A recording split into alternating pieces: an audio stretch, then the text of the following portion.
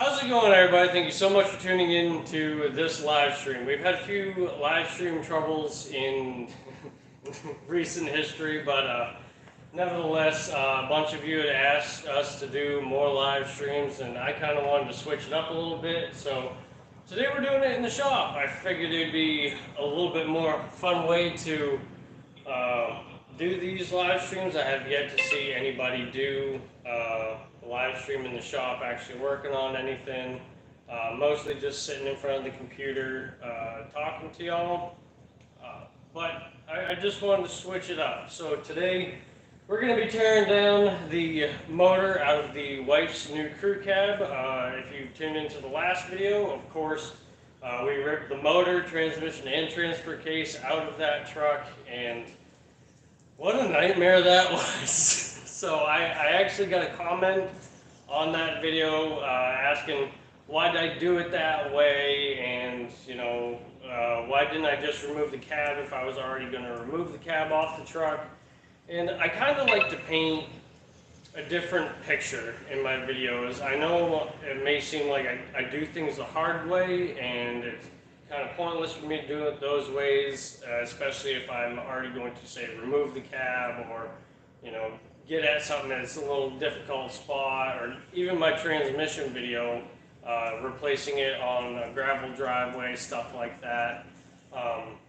But it creates a realistic theme to the video. It shows that if you want to remove the motor, the transmission, and transfer case out of a truck, and you don't have the ability to remove the cab, it shows that it is entirely possible to do so. Also, with the transmission video, not everybody has access to a shop or a concrete slab that they can work on. So I'd like to paint those pictures for everybody that it is entirely possible to do it the hard way, even though it may not be the ideal way for somebody else. So that's why I did that video the way that it is.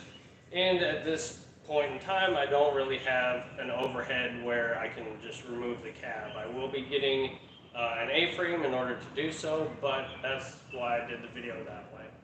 So this live stream is just going to be tearing apart this motor, hanging out with y'all. The way that it's going to work is if y'all type in something in the comments, Andy's going to relay that comment to me, and I'm going to be able to answer it to the best of my abilities. And then y'all can just hang out with us in the shop. We got shop doggies roaming around. They're just being foolish. But yeah. And another thing, I know I've had a bunch of people reach out to me saying that they want to further support the channel as it sits. People are incredibly generous, and there's not a whole lot of incredibly generous people out in this world. I try to do the absolute best I can as far as videos go to help y'all out, and I don't ever expect anything in return. And a bunch of y'all have reached out to me saying that you want to help support the channel, what I do, and what you guys think I do a fairly decent job at it. So I have set up a Patreon. The link of the Patreon is in the description. If y'all feel like the need in order to do that, I am not asking in any way, shape, or form for anybody's money, anybody's donation, anything like that. I don't want to ever take anybody's money for absolutely no reason or anything like that. But for y'all that have reached out to me and said that they want to help support the channel further, I do beyond greatly appreciate that.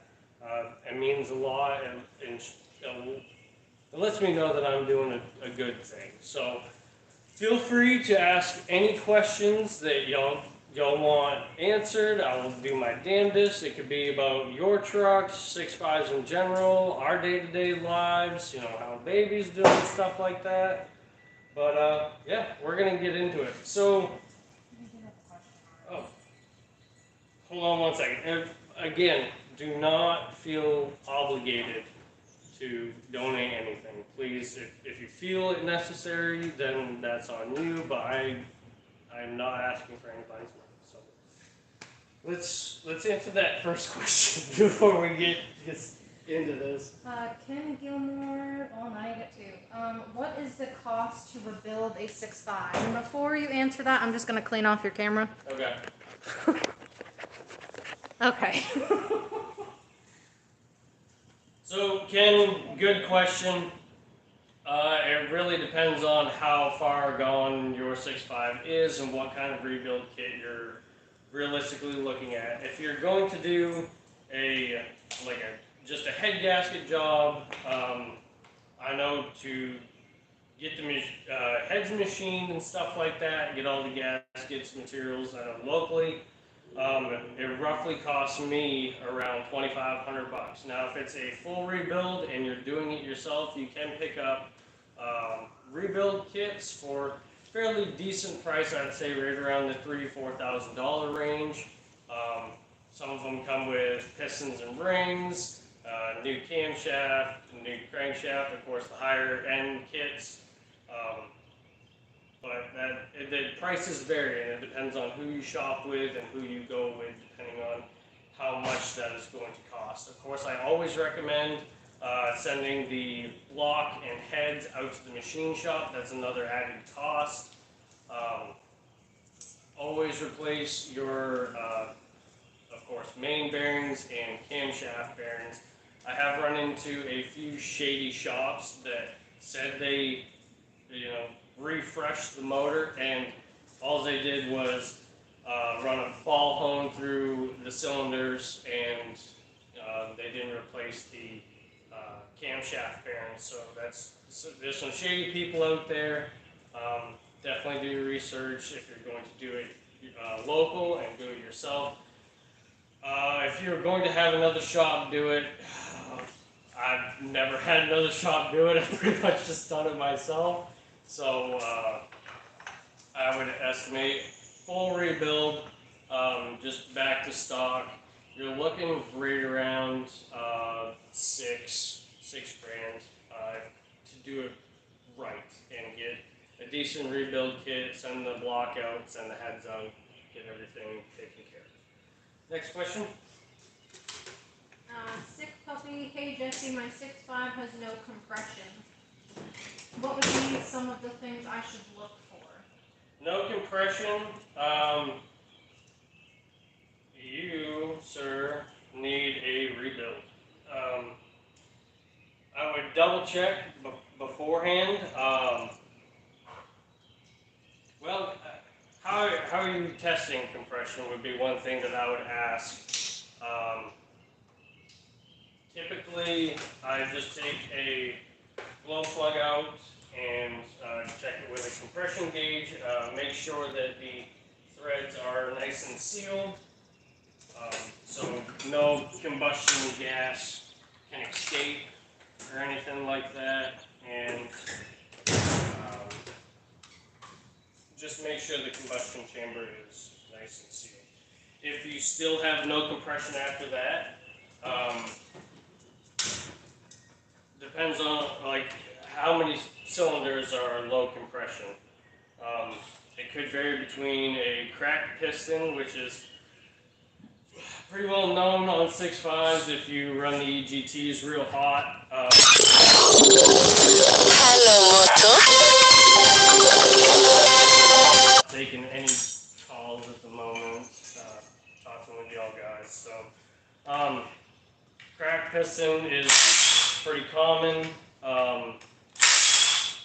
Just make sure your compression tester is nice and seated. So, other than that, if everything looks fairly normal-ish, low compression would be complete rebuild.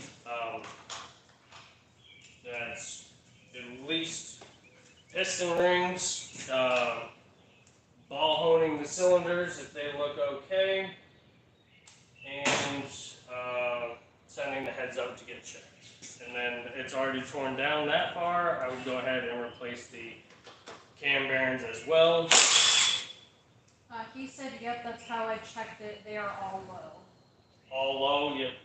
It's pretty well going to be piston rings at the very least. If you were going to do it yourself, you know, if the cylinders are real shiny or anything like that, I'd run a ball hone through it, scratch them up, and then new rings. Definitely check your pistons, make sure they're not cracked.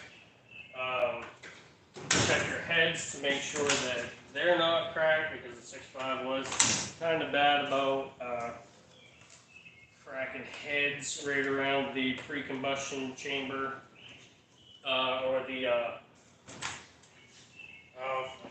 I can't remember the little port where your glow plug actually sits inside the pre-combustion chamber. That little port there that allows the fuel mixture to enter the combustion chamber. Yeah, how's any more questions? Yeah. Oh, good. Richard Kirkpatrick said, in the words of Rich the Boss, here we go. Cripples 23, looking at 6.5 crew cab dualies, had a GMT 400 as my first ever vehicle and loved them. Looking to haul my camper, boat, and occasionally my tractor. What turbo upgrade for hauling would be best? If you're going to be doing quite a bit of hauling, and you want a fairly if you're wanting a fairly inexpensive turbo, of course I recommend going and checking out my turbos videos, stuff like that. Pretty good, solid information there. But if you're looking to get one for cheap, HX35 or HX40 are decent options. I know a lot of people that are very satisfied with the HX turbos. I do like quad star tuning stuff. Depends on what kind of weight you're hauling and how far and stuff like that. I would also recommend a tune when you go with a turbo. But the Super 54 or the Super 60 are both awesome options.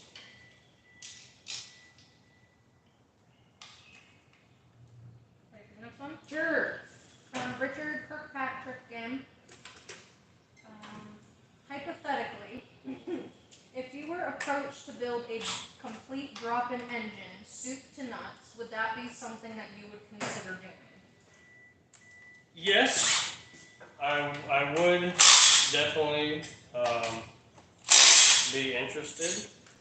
My problem with that is I am so unbelievably busy that it would not be, say, an overnight thing or anything like that. I absolutely love building engines and stuff. This week in particular, to paint a better view for you, Chris, is I worked 74 hours this week and almost 80 hours last week at my current place of employment. And then on the weekends, I try to, wow, that one was stuck on there. I do try to make it a priority to spend time with Andy and the dogs, and since I have a baby on the way, my schedule is getting more on the busy side, of course. However, if somebody was patient enough with my schedule, yes, burners, swear. If somebody was patient enough with my schedule and I could kind of take my time and get to it, and it wouldn't be like I'd stop working on it per se. It's more or less, just making sure everything's going good back together the way it needs to be. But yeah, I don't have a problem building an engine. My main problem is get out of it is time is my main deal. And where I do have a baby on the way who is due in September. August, September. I am getting busier, so to speak. So, if I can fit it into my time frame, then that's how I would work. But if you needed it right off, I hate to say it, I couldn't. I already sacrificed enough family time. I really don't want to make promises to anybody and it not be the case. Cool Cars KJ. How's it going? He said, my bad, I didn't know you were going live when I called, so that was... You're good, man. I mean, I didn't know who was calling, and it is what it is. This was honestly, like, everything I kind of do is a little last minute. I know some people have said, like, why do you upload at 11 o'clock at night or 1:30 the next morning? I don't ever intend to. It's just part of that getting super busy thing that I talked about. That I still want to regularly upload videos for you guys, but life gets in the way. So my family is always number one to me, and this is more or less just a hobby as far as like making videos go and stuff like that. So Hopefully one day it'll be more, though. and I would, in all honesty, I created this channel to help other 6'5" owners out. I don't ever expect to get rich off it or anything like that. My absolute dream would be to potentially do this for a living or open my own shop to where I could be that shop that's not afraid to tackle the old stuff. I know I hear it time and time again from other guys that they say, there's no shops anywhere that'll tackle a 6'5" or a 7'3" or even a 350 Oldsmobile diesel. I am not afraid of any motor, and I have an incredibly soft spot in my heart for these things. These are my bread and butter, so to speak. And if it ever turns out to the point where I could do this for a living, then great. If not, then it is what it is, and I'm going to continue to help you out. Scott with 3 underscores said, good luck with the build, finishing up mine. Awesome. It's in the truck, just wrapping up the wiring and new HX40WII CKO. Thanks for the videos and the Instagram. You guys have made the Instagram.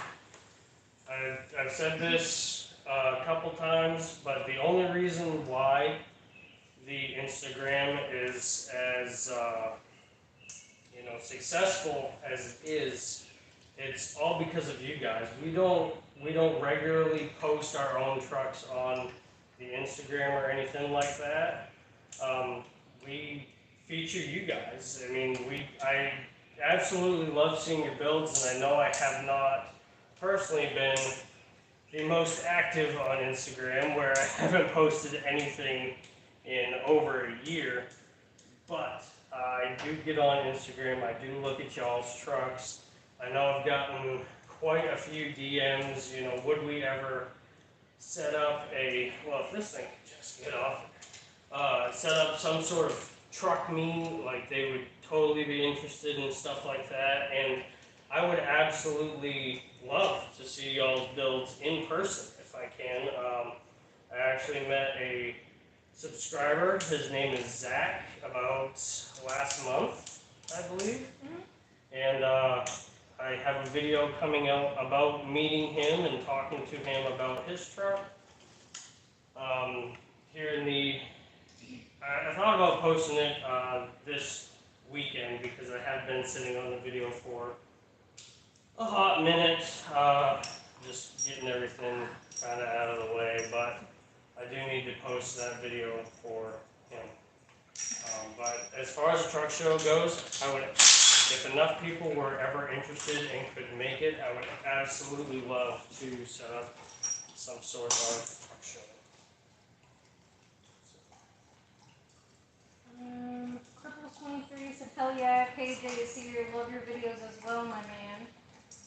Cool cars, KJ also responded back. I appreciate that.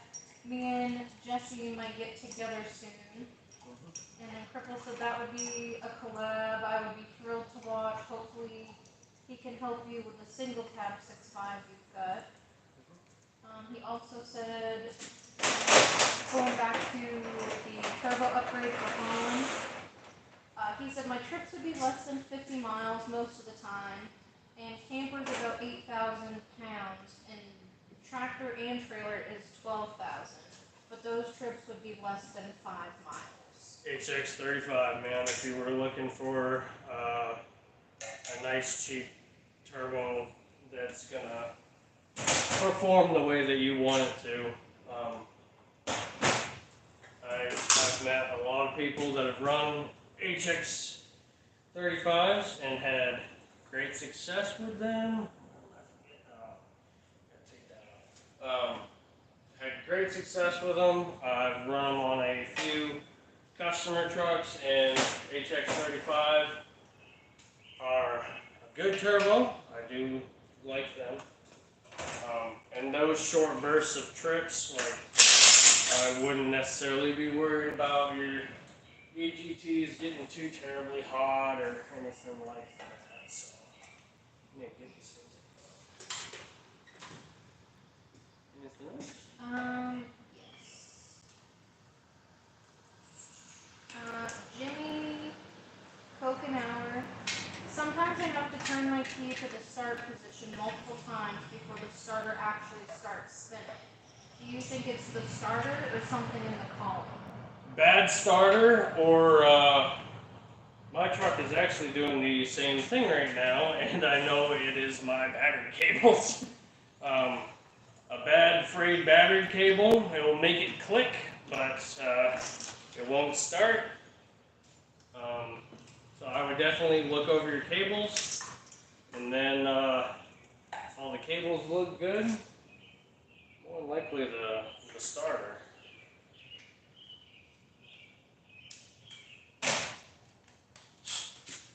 PJ said that's the plan at Cripples. Jesse is the man. If he can get the single cab running right, it would be a tremendous backup for my business. I want to get him on the channel. He deserves more recognition. I don't know if you guys can hear that, but evidently Maddie is really upset. But no, I would absolutely, love to do collabs and stuff like that. I've talked with KJ before. He's like a pretty good guy, and I do not mind at all. What are you stealing those on? That one bump. Look forward to working with him if everything pans out, and see where that goes. I have my suspicions about a couple things about your truck. All right, that bolt's gone. Bolt. So pry it out. No, I mean I want to feature more of you guys' trucks, and honestly, like, that's the whole point of IDI Legends, is to feature y'all's builds and stuff. And Andy and I have had several comments before. It's like, oh, I'd share my truck, but it's not really like like show quality or anything like that. And it's like, man, have you looked at my truck for Christ's sakes? Like, mine's not really a show build either. It's I use and abuse it. Last month or so, we took 2 trips up to North Carolina to get these 2 trucks, and I was hard on it, but in all reality, it's just a truck. And they're 20 plus years old, and they're not going to be around forever.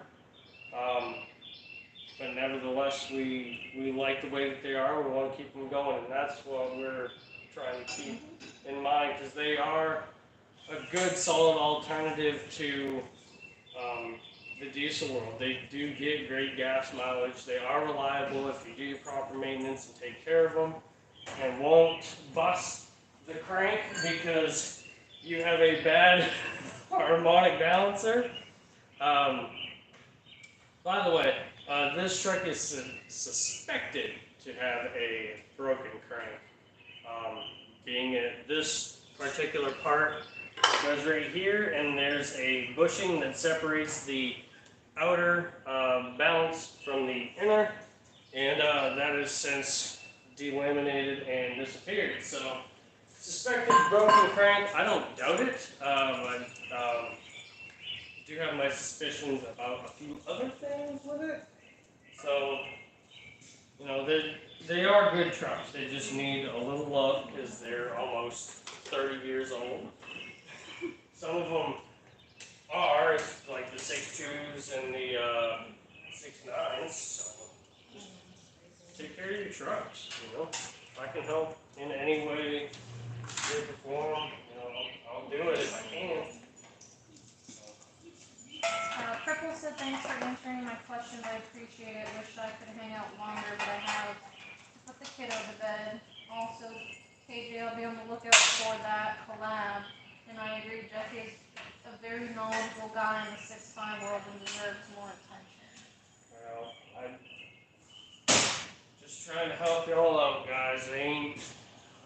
I'm no special person by any means. It's just, you know, I'm just honest guy, just trying to meet some like-minded individuals that more or less share the same passion. I ain't anybody special, or you know, I was at a point when I first started with 6.5s where all I had was questions and nobody would answer them, so I had to go digging for them and go down every single little rabbit hole that I could find to potentially get me pointed in the right spot. And it's incredibly time-consuming. I mean, I get it. You know, it's frustrating when you ask somebody a question about these things and all they want to give you is just 12-valve swap it, and that, you know, not everybody wants to fucking 12-valve swap the world. Granted, they're a great engine. I have no beef with Cummins. I have beef with the trucks that they put them in, but I mean, it's just personal preference, you know. I'm not anybody special. I'm just trying to help people out and meet some like-minded individuals, and you know, I got on YouTube like everybody else does, and at the time it was 2015, and it was Dick Diddley for videos. The Boss Garage had the one about him, and he had a few exhaust videos, but other than that, there wasn't a whole lot of information on him. So people would rather watch a video than read, especially if you're like me. I'm not the biggest fan of reading. It's not that I'm not good at it, it's just my busy schedule doesn't permit. I have to do a lot of reading on a daily basis, and when I go home, the last thing I want to do is read. But, you know, I do what I gotta do and make it happen. This is the last one for right now. Jimmy responded and said, I will check the cables and grounds, and I know the starter is getting pretty old too. Batteries are 2 months old. Thanks for answering my question. No problem, man. I'm glad you guys are able to come and hang out with me in the shop. I know I'm multitasking to the best of my abilities, and I do want to answer your questions as much as I possibly can. If I have to stop working in order to put my think cap on for a second, then that's what I'll do. But thank you for stopping by. I like questions. But how's y'all's week been? I know mine has been an absolute nightmare. And the place I work for, it's a roller coaster every day, and it never ends. But and here I am working after I'm done working. Yeah, here, bud. Yep. We will see you when they call. Yeah. Have a good weekend, though. Y'all too. I'll see y'all later. Later, dude.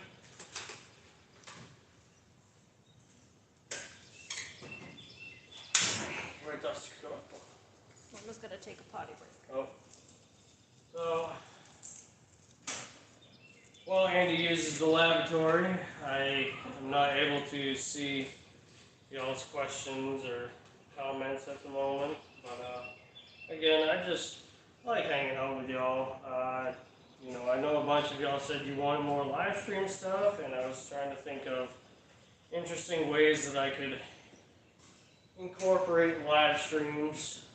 But I haven't really ever seen anybody do a live stream in the garage while he works on stuff, because typically he'll forget about what he's working on. So,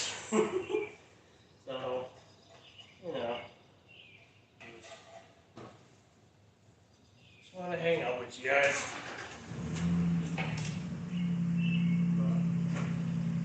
Again, how's y'all's week's been? I mean, thankfully it's Friday. Anybody got any sort of fun plans for the weekend? Andy and I have to go back up to North Carolina to finish up the stuff on the title for her crew cab. So we're meeting the guy halfway. Instead of driving 5 hours one way, we're going to drive 2.5, 3 hours. So all the fun stuff. Get to wear out my poor GM5 turbo a little more. I believe I'm going to take the GM8 off of this one, make sure it's good to rock and roll, because we have a baby shower for Andy and myself coming up in the next 2 months. So I need to get that done before that turbo completely falls apart. I gotta get this out of the way. So that'll be fun. We'll be driving all the way back up to Maine. So that's where all of our family is and stuff.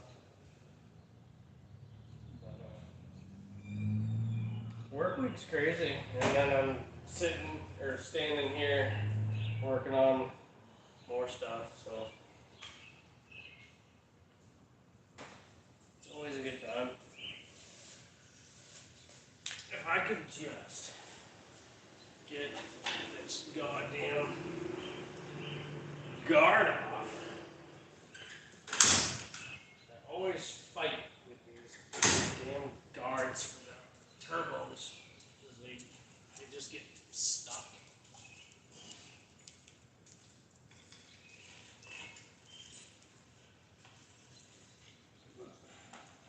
Thankfully it's Friday. So the only thing I have to wake up for tomorrow is the trip to North Carolina. So, matter of fact, I'm just gonna zip this this whole exhaust manifold off. Because that's the easier way to do it.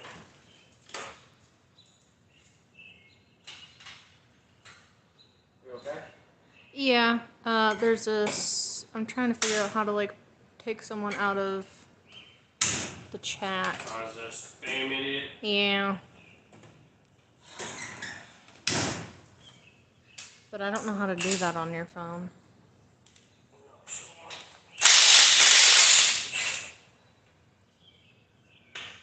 Oh.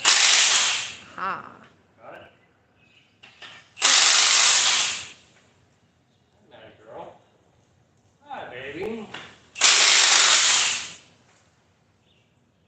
There we go.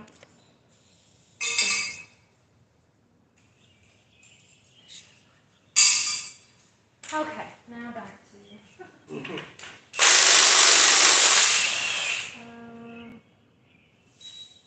The father had rights to project. Oh, Jeff, he won the giveaway. Oh, hey, Jeff. Hi, wifey. Hi, Jeff.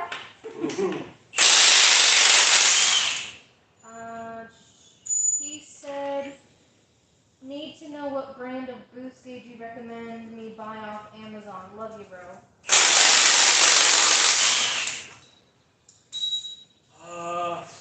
I forget the one I have. I know Glowshift gauges are pretty good. Does it say the brand right on It should say the brand right on the face of it. Let me go check then.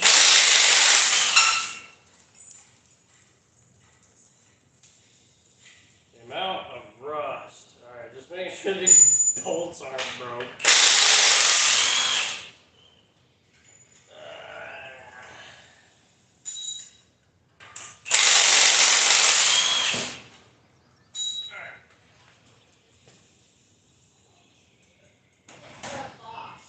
Bosch? Yep. So, Because both of our trucks have the Bosch. so Bosch boost gauge. I used a 1/4-inch airline and some push lock fittings on mine, and Andy has the twist lock fittings on hers. I prefer the push lock air fittings just because they're easier, and the little bullshit line that the Bosch ones come with, they tend to. Well, did I in there? Oh no! I left the fill tube on. Let me put a bolt back in real quick. The Bosch ones there, the little airline that they come with are kind of bullshit. So. He said, yeah, there are lots of Glowshift ones. And yeah, my old man is rusty but trusty, haha.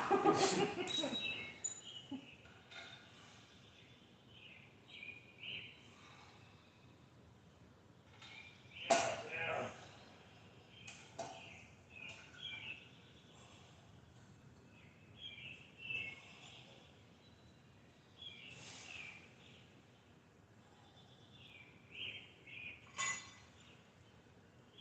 Sweetie. Yeah? Hand me a flat blade screwdriver. Yeah, what door? Bottom box, second drawer down. Small door? Second drawer. Oh, sorry. Big one or a small one? Small. This one? Thank you.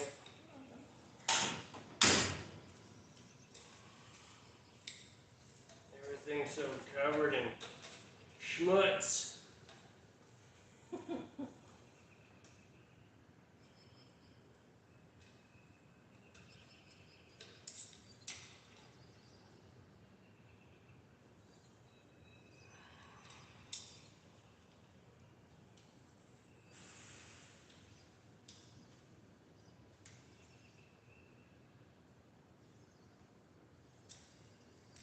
Yeah, I know a bunch of people swear by Glowshift gauges. I know a few people that have had some issues with them, so it's all personal preference. I use Bosch ones.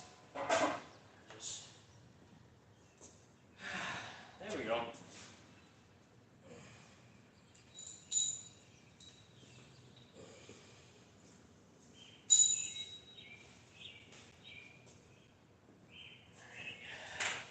Next.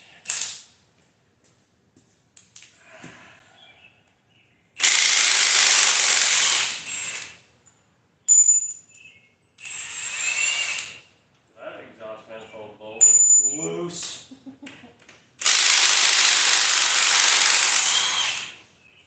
Jeff said, don't know if this will work, but I'm going to ask if this looks like a good hose kit. I don't know if pictures or links will work in the chat. I don't know. Oh.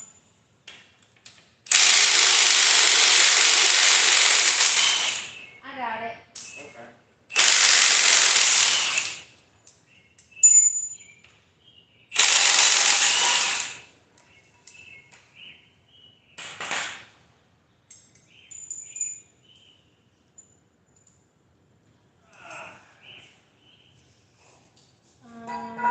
He sent it through me on Facebook Messenger. Here's the hose. Yeah. Yeah, those will work. I try to steer away from the plastic connectors just because they'll get hot and brittle and break. But other than that, that hose will work just fine. And then you can get what is it? Those these brass push connects. Look just like that. Yeah, 1/4 inch brass push connects that I use. You can rebuild these. You can just buy the little O-ring kits for them. But they're so cheap, you may as well just replace them. He said, okay, I'll look for him. Jimmy, do you have any experience with oil bypass filters? AMSOIL makes one that caught my interest. Oil bypass filters. Typically don't. Never really bothered to install one just because the factory oil filter, you go with the Wix XP with full synthetic, as always, just works fine for me, but and I haven't really heard too much about them in all honesty, so your guess is as good as mine. I'm sorry, don't have the information on the oil bypass filters. I know some companies do sell some pretty, I want to say, pointless stuff. I'm not going to mention any names or anything like that, but some things companies sell for these things are just a little excessive, but I mean, it depends on your level of how much you want to take care of your truck and if you feel it's the best option. Who else loves getting injector lines off? They're not too big a pain. You can pretty well do them with just a 3/4 wrench, or if you need to get a 3/4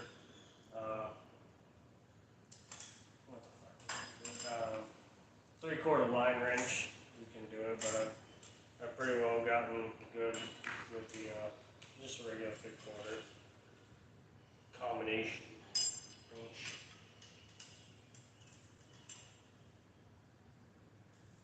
Yeah, I say that. And then there's one damn injector line that won't move. Jeff said mine weren't too bad, just modified an open-end wrench. LOL. I honestly, I have yet to caught up any of my wrenches, but In all due time. in due time, I do have a 15 millimeter that I've ground an edge off, but that was not for a 6.5, so I forget what I was working on, but I ground down the open end a little bit to fit it in a tight spot. Gotta make some good hand tools. Jeff said a little heat and a hammer will do most anything, LMFAO. Yes, and if the hammer you're using doesn't work, get a bigger hammer. It will work, it's just enough persuasion.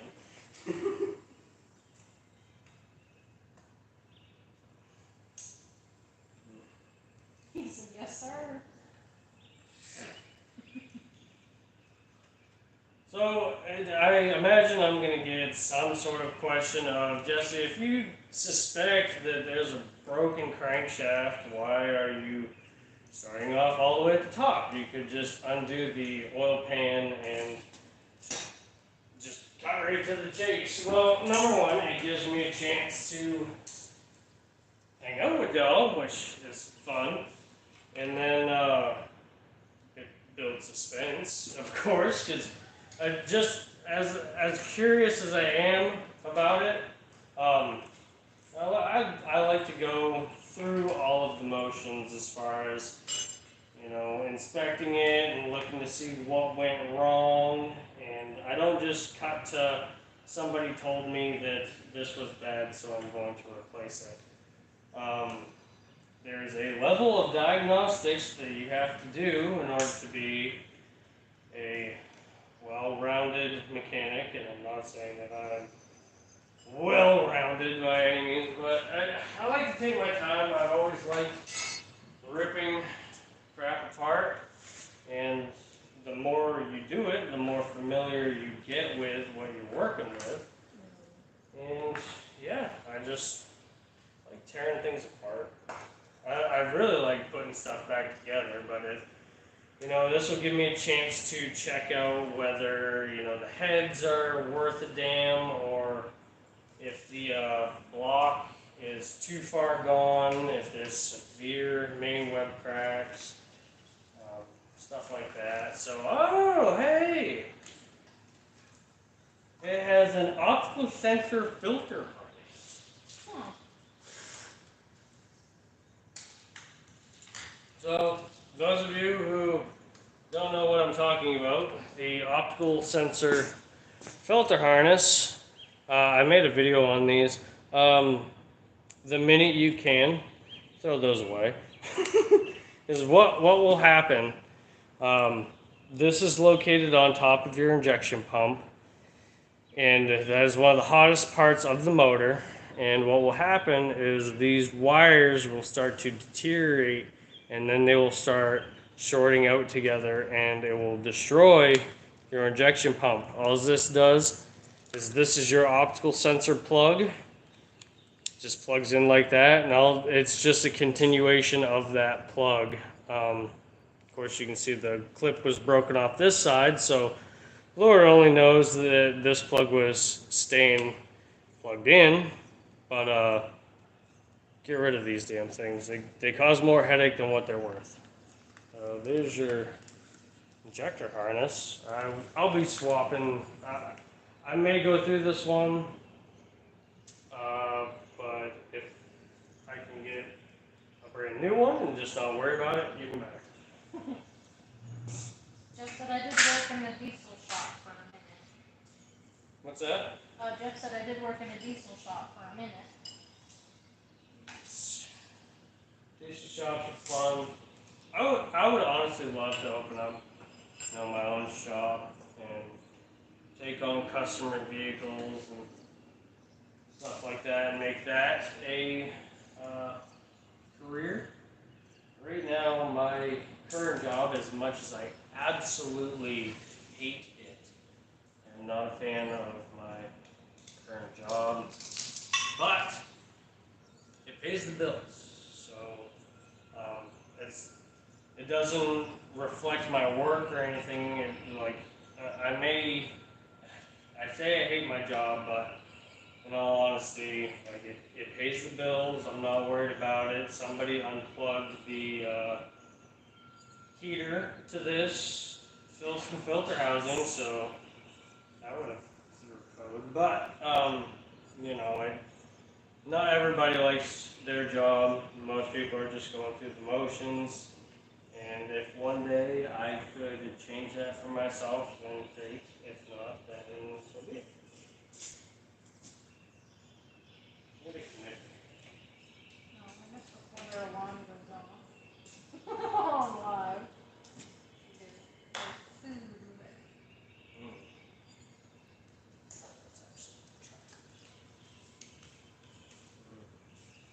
But you are all caught up.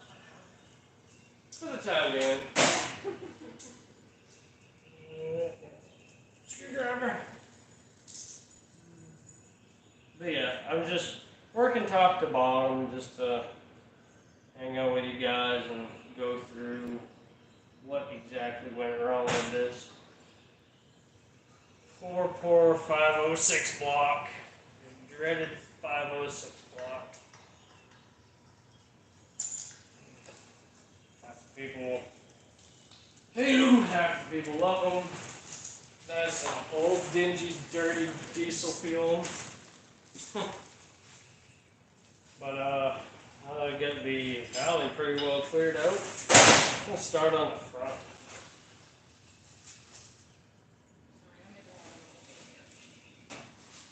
You're fine. I know it's just as unprofessional to be little me eating or drinking while we're doing a stream, but I'm not a professional eater. No. You're personable. Yeah. But let's see. I'm going to get the front door apart now. I need one of these puppies. Get that oil fill tube off that I bent the crap out of. So the place that I work, we have a forklift, which is just an old Mustang skid steer. It sucks. It leaks out of every friggin' cylinder on it, and it will just randomly drop the thing you are carrying all the way to the ground, and that is exactly what happened with this. Luckily, it didn't go far; it just landed in the bed of Andy's new crew cab, and it bent the crap out of the oil fill tube. So that was fun. Ooh, dangerous crap.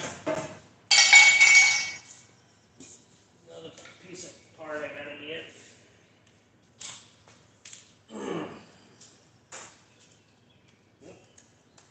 Jimmy said 2006-5 HX35. Manual wastegate, 15 pounds of boost, 3-bar map makes it run great. But if I run my factory map with a vacuum cap on it, it feels faster and rolls more coal. What's the deal with that? Factory map sensor, rolling more coal. I'm not one to tell anybody what to do. This is broke. Why am I hanging on to it?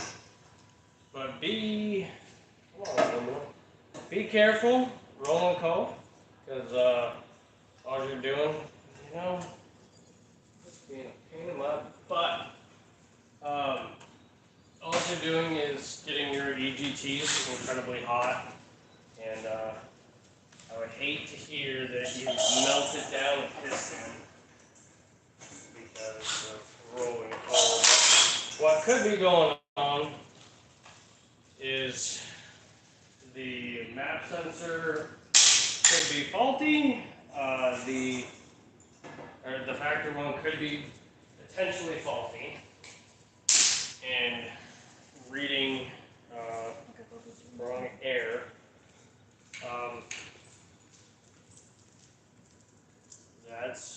If that's the only thing that you're changing, I'd look at that. But of course, if the mat sensor is reading a little faulty, but not enough to like throw a code or anything like that, it may adjust the air-fuel mixture, which would be causing more fuel to enter the combustion chamber, which you're going to feel more power. But ultimately, if you're rolling coal, you're wasting fuel. In today's day and age, where diesel is $5 friggin' a gallon where I'm located,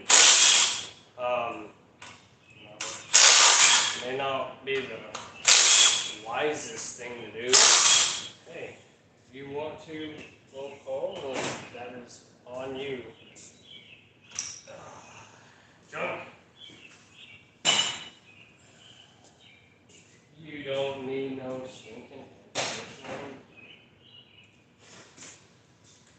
As I say, just before we get into summer, you don't need no stinking air conditioning.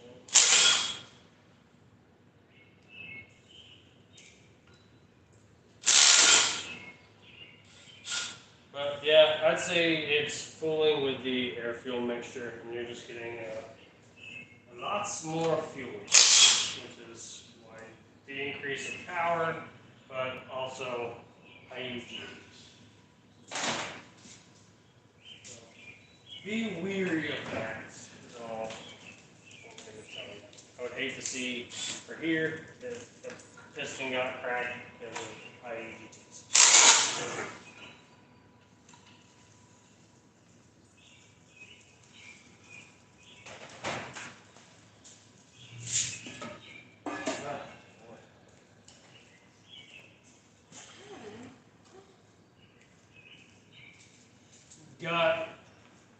Got her insulin.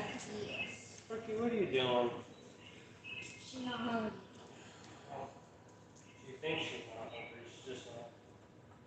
She's a friggin' worry I think he was talking about you talking about your job. Jeff said I'm 32 and been filing for disability now over 2 years due to over 24 diagnosed conditions, including a genetic connective tissue disorder called Oh boy. Ehlers-Danlos syndrome. Sorry, I probably butchered that. I just make the best of every day. And that's all you can do. That's one day at a realistically time. all you can do. I mean, you know, I don't like to talk too much about myself because of course this channel is to help you guys or anything like that. But I didn't necessarily have the best hand either. I'm not going to go into too many details as of now, but I completely understand. I had the absolute shit kicked out of me as a kid, and you know, everybody's hand is a little different, but you can only play the hand that you are dealt and make the best of it, regardless if you like it or not. That's what you get, and I think everyone at some point in their lives is dealt at least one bad hand. yeah, the hand keeps changing, but the only thing we can do as people is make the absolute most of it. Yeah, so. She's eating so Just, in the words of that Joe Dirt movie, just keep on keeping on, man. I know you and I personally have talked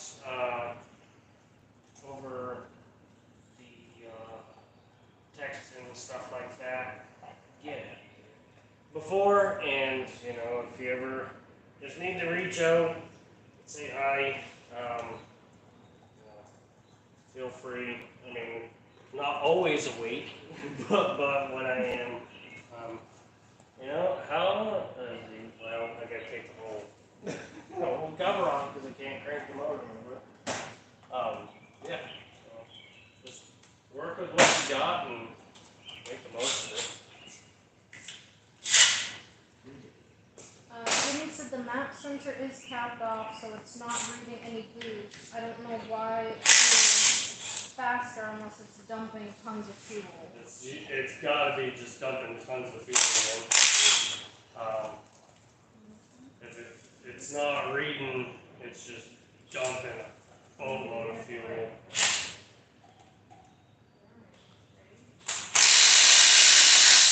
Whoa, what? Stick that Okay. little swivel off there and try it again. There we go.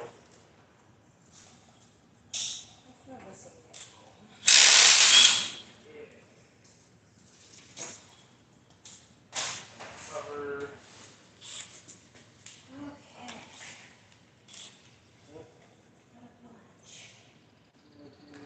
You off.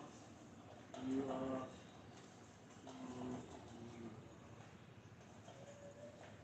Vacuum pump.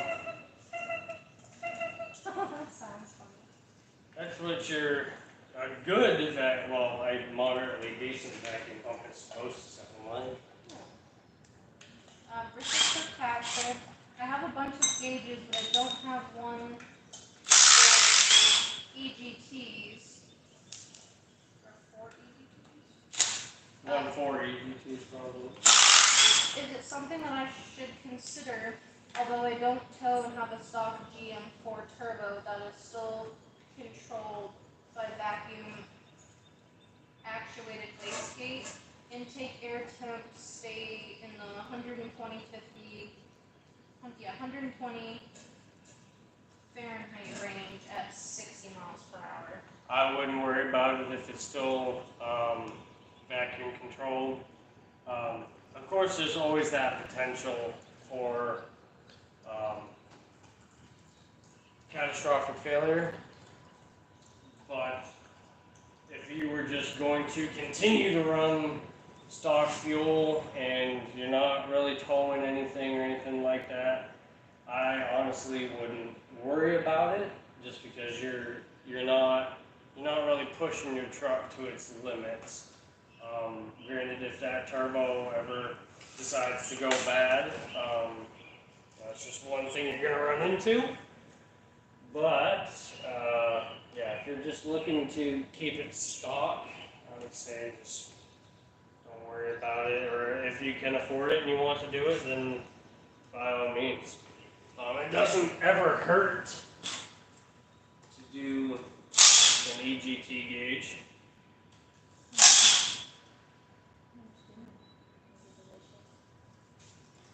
She's like, Mama, food was good, but I don't like needles. She's like, why do you keep guys sticking me? You gotta keep your sugar levels at a reasonable. For those of you who don't know and who want to know, we have a diabetic doggy. Shop dog, the black and white pit mix. She is diabetic. It's been a full year too since she got diagnosed.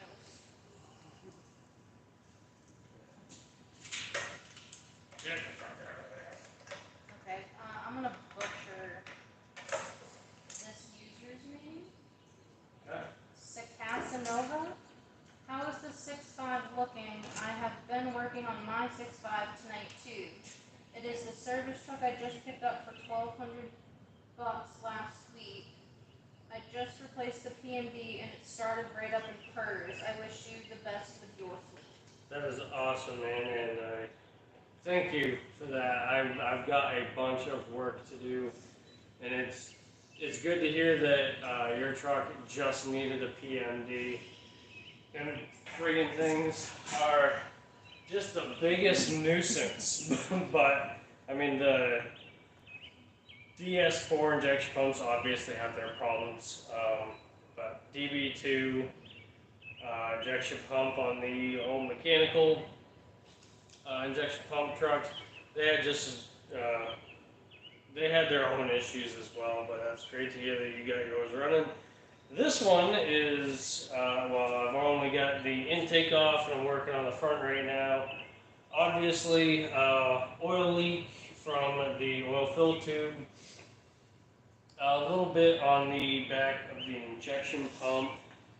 This injection pump honestly doesn't, oh, this injection pump was replaced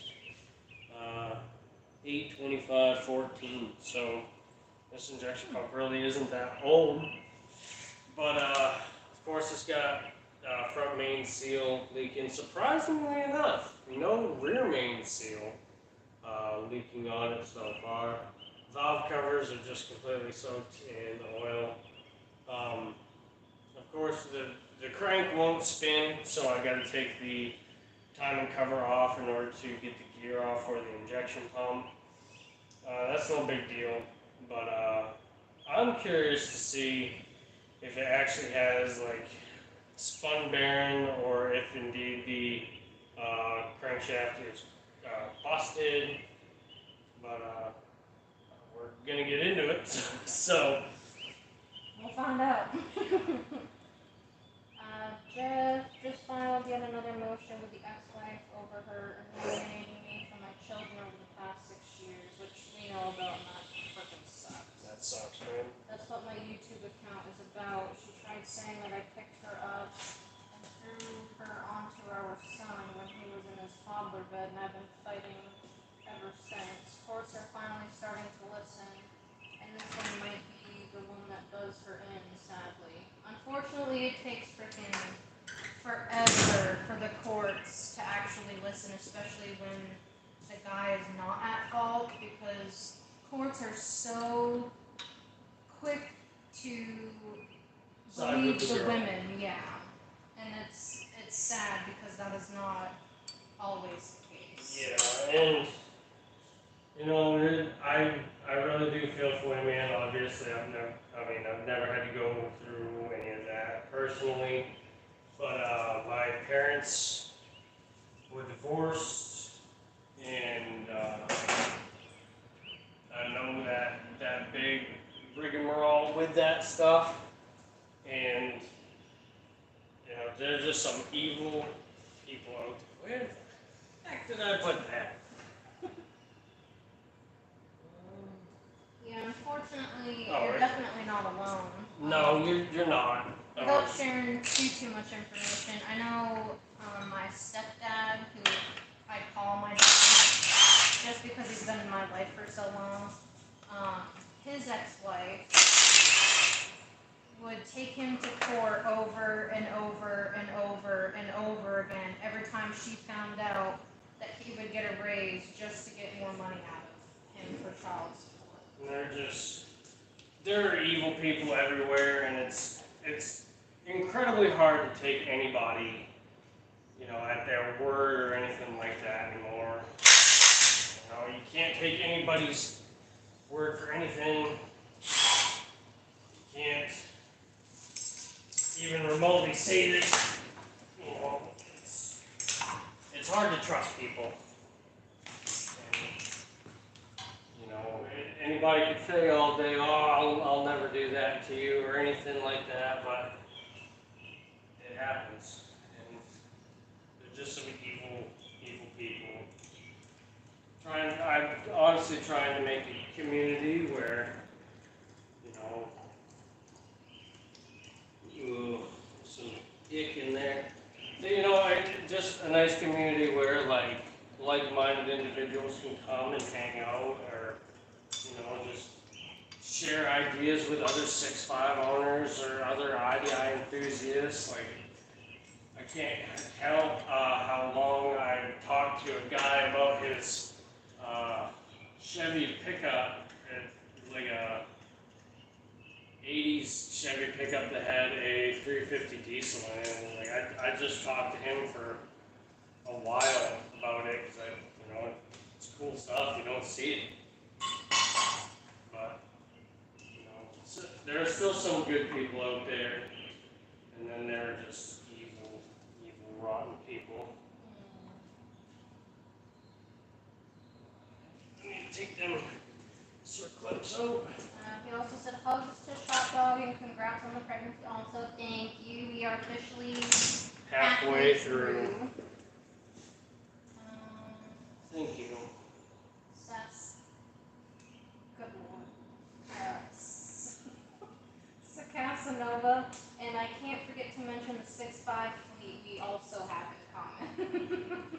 Man, we're just keeping these things alive. I mean, I honestly, like, I really can't wait to finally redo my truck the way I want to, because obviously nothing I have is ever permanent as far as the way that it is built or anything like that. Woo-hoo. But I am extremely excited for my truck, but I'm really excited for this truck too, because it's going to be everything Andy wants it to be, and you just don't see anybody building these things, or if they do, they're not posting about it or anything like that, so I don't care if I have to buy, ooh, that glow plug is, oh no. Whoopsies. That glow plug is stuck in the head. Anyways, yeah, you just don't see them. And honestly, like, I would love to build like a 90s like super sport body, like the 454 SS, like a single cab short bed, drop a 6'5" in it, and just do stupid stuff with it, like, do stupid with it, but all in good time. If I ever made the amount of money in order to do that, then I wouldn't be working here. He said my stepfather, who just passed 2 months ago, sadly, was way more. Sorry to hear that. Yeah, for real. Sadly, was way more of a father to me than my own. Sadly, took till 16 years of age to be able to move in and live with my mom. And yeah, that does suck, and that definitely happens. I will say that I was one of the lucky few to have my father and my stepfather a part of my life. I didn't. Sorry. No, you're good. I mean, I was just gonna say, like, dude, I'm right there with you. Like, I didn't have no real father figure in my life, and I don't want to say too much, getting into detail, but everybody's got family issues, stuff like that, and I'm no different. I didn't have my dad in my life hardly at all. I'm 26 now, and he basically booked it when I was 10, so I feel it. I really do. That shit sucks, and there's fortunately no way around it but to just hold it together for yourself. Like, do better by yourself. I would, like, obviously I battle with some things, but everybody makes it their own way, and don't ever be afraid to reach out for help if you need it. I just deal with it my own way, because that's what makes sense to me. Yeah, go on, Milwaukee. The juice. I don't know the comic book. Is it easier?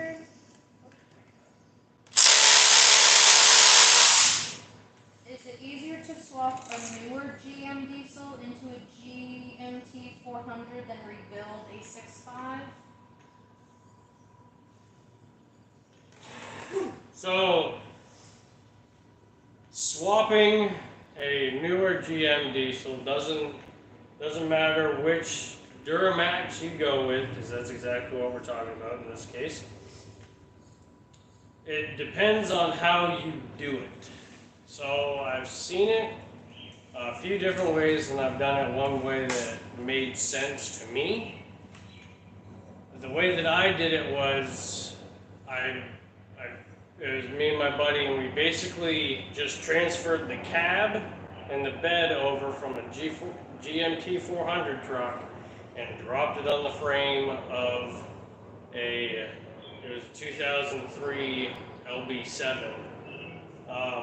That was the easiest way that made sense in my head, and then, fabbing up the dash and stuff like that. That was the absolute easiest way as far as what made sense in my head. If you were to just take the motor, transmission, transfer case, you've got to take all the wiring, all the computers that go with it. Not saying it doesn't work, because it obviously will if you do it right, but I personally like keeping things more or less true to nature, and it doesn't make a whole lot of sense, but I have absolutely nothing wrong with the Duramax. I had an LB7, loved it for the 3 times I drove it. Met its demise the 3rd time I drove it, but it's a lot of work rebuilding a 6.5, especially for a first-time guy, but it's even more work to swap a Duramax or any sort of engine than just rebuilding the one you've got. Granted, when you go to rebuild an engine, there's a lot to it. You got to make sure the block is good, the heads are good, you get a decent rebuild kit.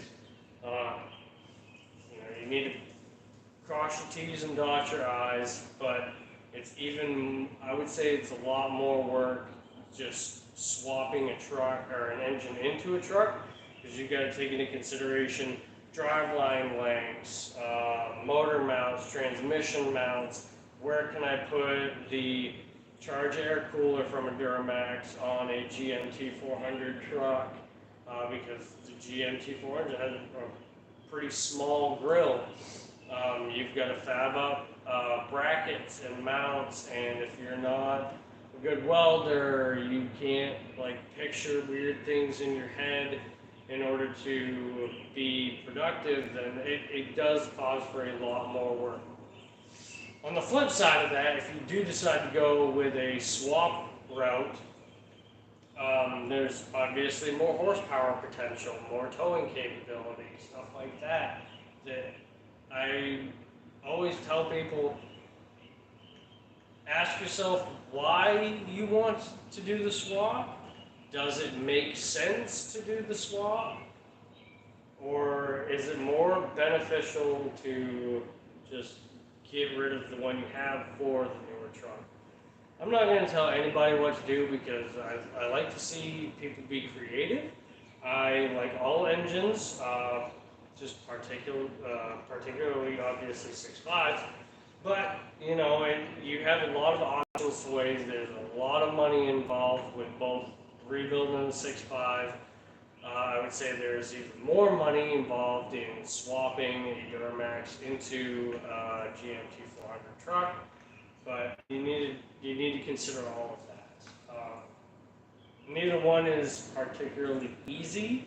I've rebuilt enough 6.5s where it's just easier for me, but if you take your time with it, anybody can do it. So long as you can read and understand what you're reading as far as a rebuild sheet goes, they're pretty capable. And then there's no modification or anything like that to go back in the truck. There's so much more modification in order to swap the Duramax and the GMT 400. I hope that answered your question. I know it's a little long-winded answer. answer. I love that y'all are like comfortable enough to talk about y'all's personal lives with us. Richard Kirkpatrick said the current pandemic has put any kind of court activity into a tailspin. Daughter has been going through heck with her divorce going on 3 years. Holy crap. And as far as the pandemic or whatever you want to call it, depending on your beliefs, it's caused a humongous upset for everybody. Finding parts for shit is getting ridiculous. The prices of things are going through the absolute roof. In all honesty, I was surprised I found the 2 trucks in North Carolina, or the owner reached out to me and was able to give me a deal on the 2 trucks that I bought. Because I've been trolling around Facebook Marketplace for quite some time looking for a crew cab, and it's ridiculous what people are selling 6.5s for. I would absolutely hate to see what mine would go for.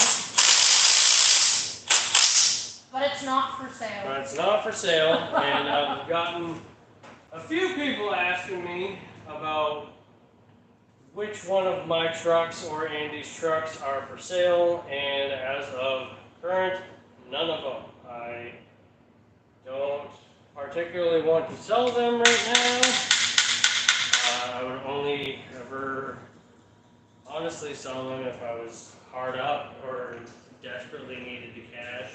Like if the baby on the way, that's just a thing of goo. There we go. But yeah. Now, if somebody offered me an absolutely stupid amount for my 6.5, and I'm talking stupid in the literal sense, to the point where I could buy a couple other 6.5s or just rebuild one the way that I wanted it again, then I know I tried this before and it didn't work out. Yeah, I mean, none of my trucks are the same. In the store. Jimmy said working in Detroit right now, and there's a stray pit bull. Aww. That is staying around my van. She's a sweetheart but won't let me feed her. She's limping pretty bad and is very shy. I would love to take her home.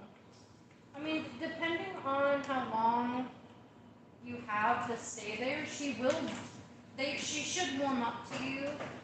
If you can get like some type of dog-friendly food or dog food, I would like put it in a couple different spots, or maybe if she will stay nearby and can see you and you can toss her some food, I think that'll help her come to you. But I understand I would have a hard time leaving any stray dog. I would like have to do everything I could to try and take it home. Both of our girls are rescues, so, and they're both pit mixes. Actually, both Jesse and I have a soft spot in our heart for pits. I like all animals. I like what would be, in quotations, aggressive. I just, I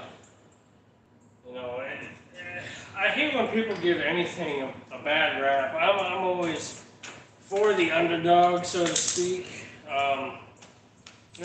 Realistically, there's problems with everything. You're never going to find that one thing that just doesn't have issues or, just always works, never quits or anything like that. Eventually down the road, everything has issues. And as far as dogs go, it's all about, and I know it's just stereotypical, but it really is about how you train your dogs, how you take care of your dogs, and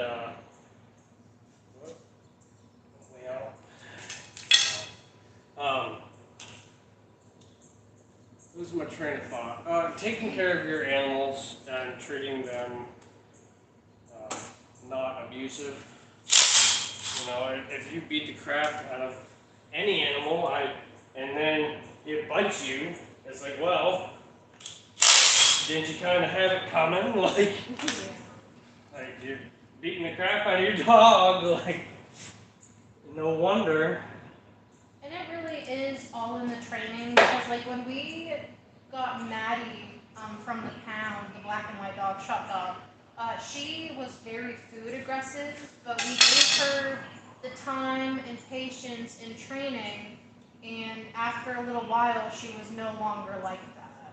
Yeah, like Maddie was, wow, Jesus, this stinks. I gotta show you guys this. Look at the, That's gross. I'm surprised this water pump ain't locked up, but that's going in the garbage. Or scrap bin at least. Oh. Jeff said the sex was so good during the ex's pregnancy, Oh, though. God. LMFAO. And he said, of course, it's past life. Right now, my brother and I are looking to start our house build sometime this spring. That's awesome. Congratulations. I mean, one day I hope to build a house, but here I am gonna spend thousands of dollars on old rusty 6.5s, so I guess priorities, right? The juice or anyone have any good leads on good engine harnesses for a 99 GMT 400 6.5? Not currently. I don't currently have any leads on any. But we do need to go to. We do need to go to the junkyard, so I may be able to pull one if there's one in decent shape. And we can let you know if we can find it. Yeah. Jimmy just said, I love underdogs. I've always loved pit bulls, and I love 6.5 diesels, both underdogs. Amen to that. That's right. Yeah. Should I show them the girls? Yeah, I mean. Talking about ladies. Yeah, so for those who don't know, we own two dogs. Maddie, the black and white one, that one we call Shop Dog, and then Brooklyn is a lab and pit mix, and she's the brindle one, and she's just the biggest friggin' wimp there is. She's mama's girl. Maddie is definitely a daddy's girl. Yeah. But they're both hanging out tonight. It's not often you'll get to Ugh. see Brookie. Stand up for me for a second. Okay. There we go. There. Make sure I didn't cut your head off.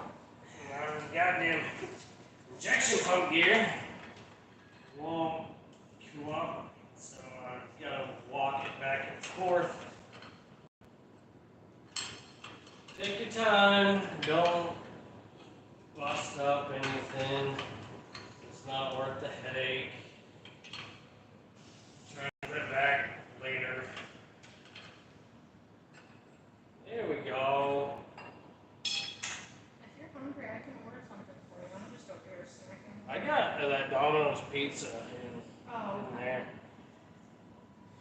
Jesus. She's a little crusty.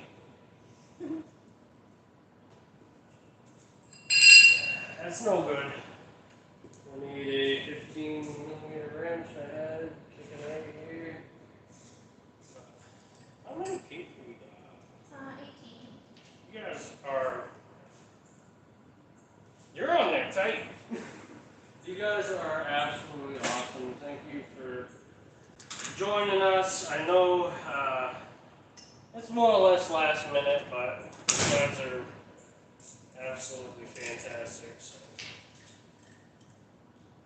And since y'all have recommended lives like more often, is there a better time or better night or better day that y'all would want? Like Live a stream for weekly that, or bi-weekly live stream?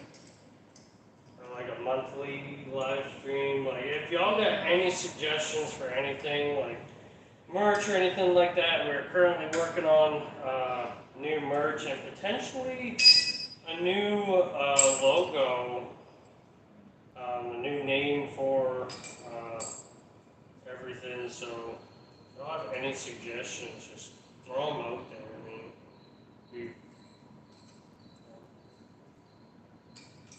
I have a notebook and I write down every suggestion that everyone gives to us. yeah. So, try to listen to y'all as much as we can.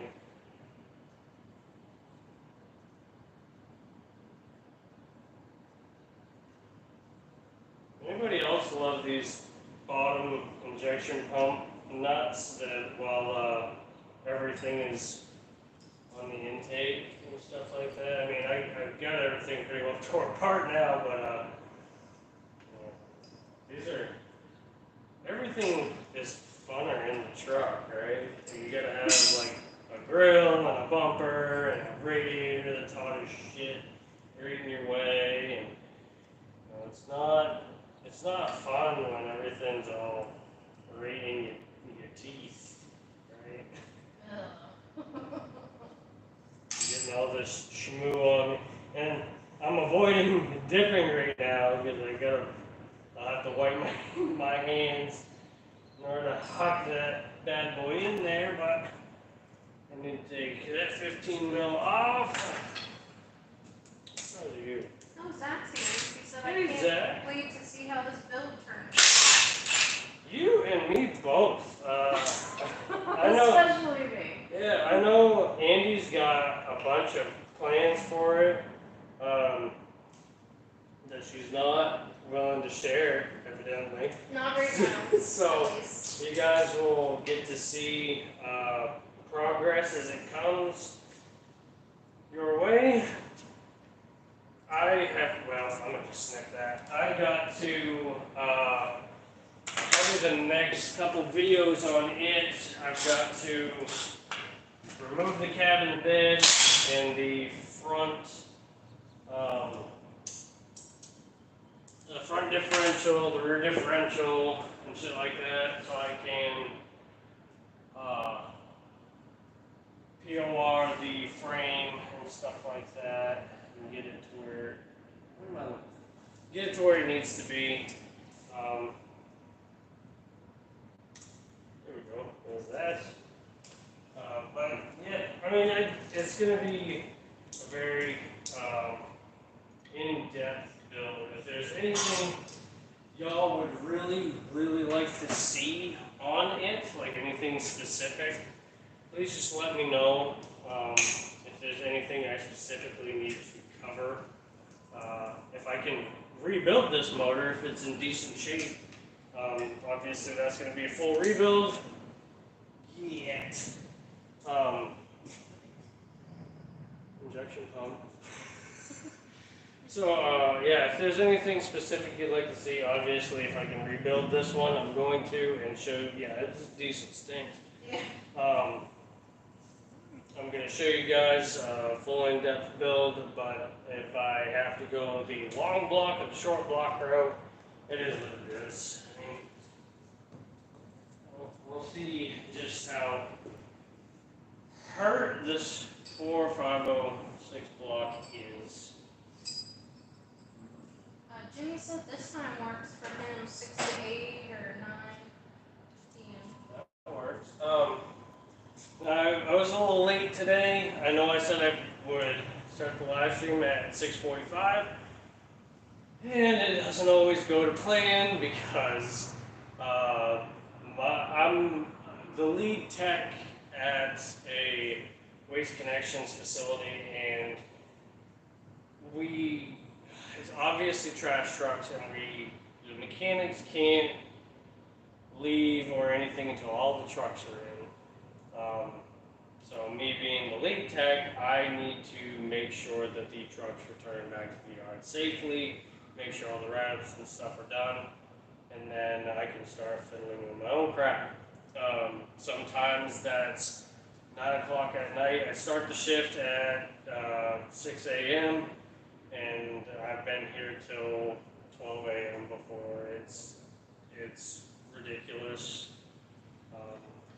but pays the bills. So it's all different kinds of hours.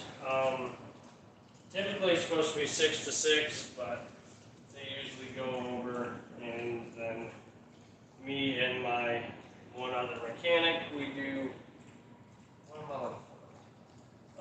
our absolute best to make sure that the safety is number one. The truck won't leave the yard unless it is safe. And then I need 3/4. Yeah. So we've actually had a few mishaps the past couple of weeks that have, just really upset the flow of things. But we're working with it. It's a work in progress. Every day is a different battle, and you just work with it.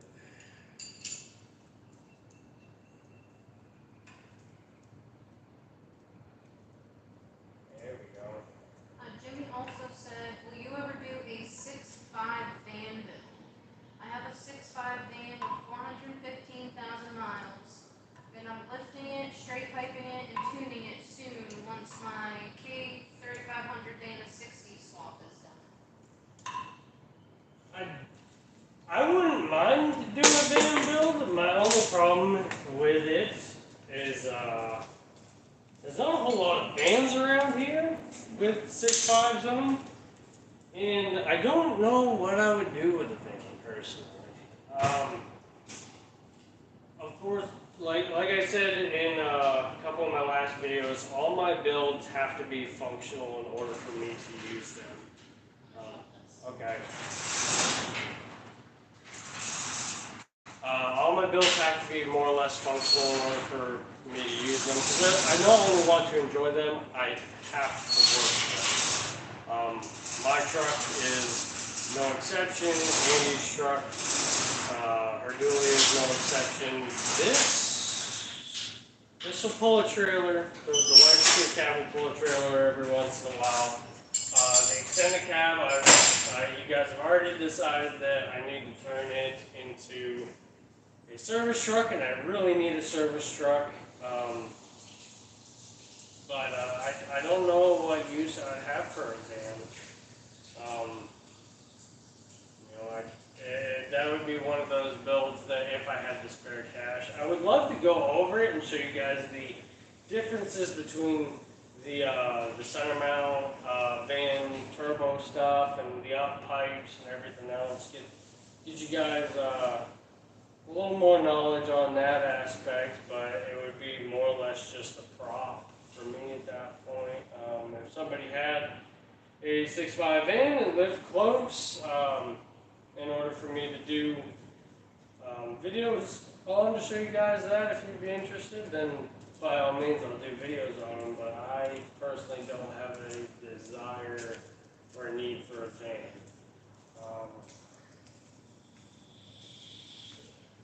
But yeah, I'd do a suburban build. I have an idea for like an off-roady kind of suburban, but as far as the van goes, I don't really have a need for one. That'd be kind of like an impulse buy for me. I'm sure I could make something. Yeah, that's talking like if I had gobs of money to just waste, which I do not. So keep that in perspective.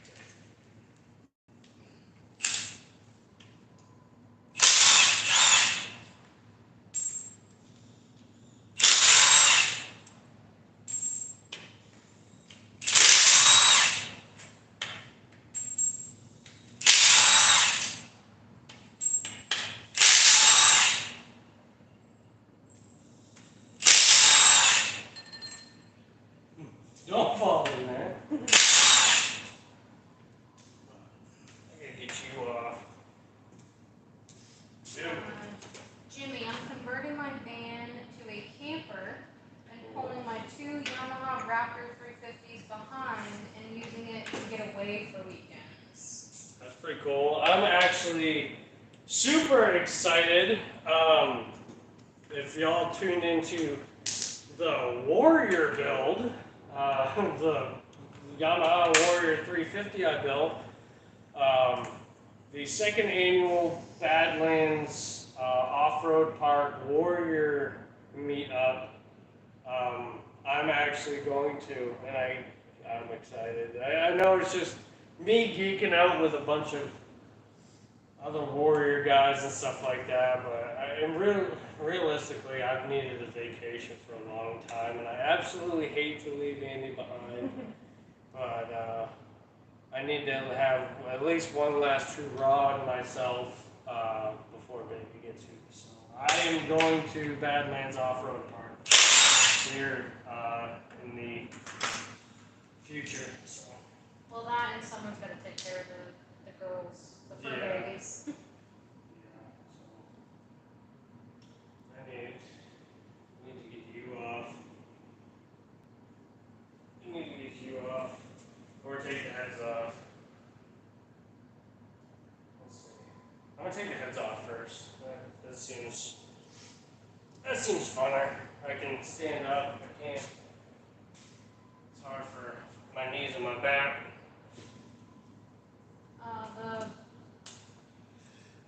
Yeah. The Bimmer Shop said, it's nice to catch you guys live, always great information.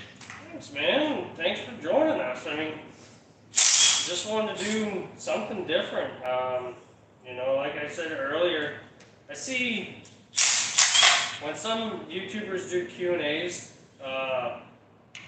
it isn't always live. 9 times out of 10, it's pre-recorded and stuff like that, which is totally fine. I get why they do that. I think it's maybe a little more interesting to catch somebody on the spot and get their genuine reaction, because I try to be as absolutely real with y'all as possible. If I honestly don't know an answer, it's obviously going to show. And I've never watched anybody, as far as YouTube goes, do a Q&A live stream while working on something. I'm not the most talented multitasker, but I just thought it'd be something cool and different, and I genuinely like talking with you guys. I mean, y'all support me by watching the videos, so I can give back somewhere. Helps when you've got another person there too. Yeah, like this wouldn't be at all possible if I didn't have Andy here supporting me and helping me out with getting this live stream up and going. I need the hand jammer.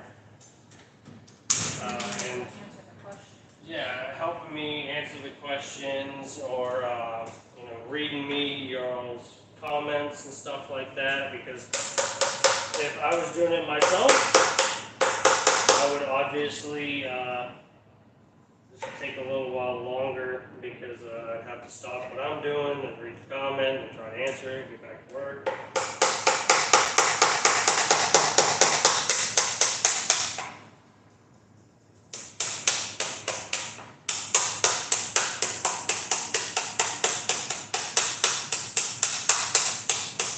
Anybody got any fun plans for the weekend?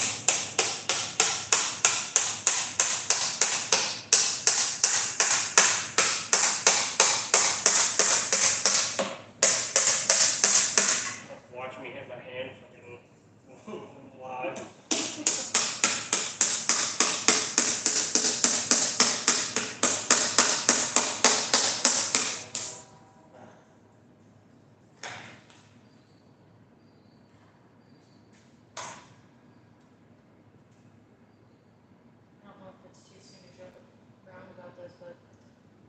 a shop right next to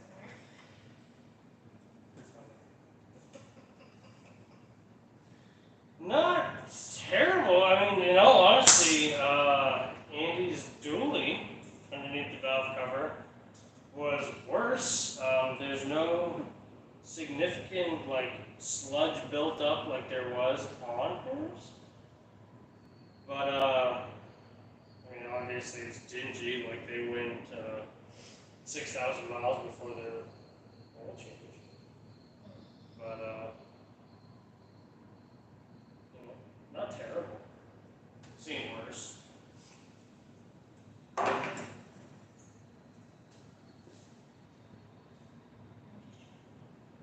I know. That's why I said I don't know if it's too sweet for this, but. Not too serious. Alright, now I gotta take the rocker assemblies off. Use the right one. Of course not.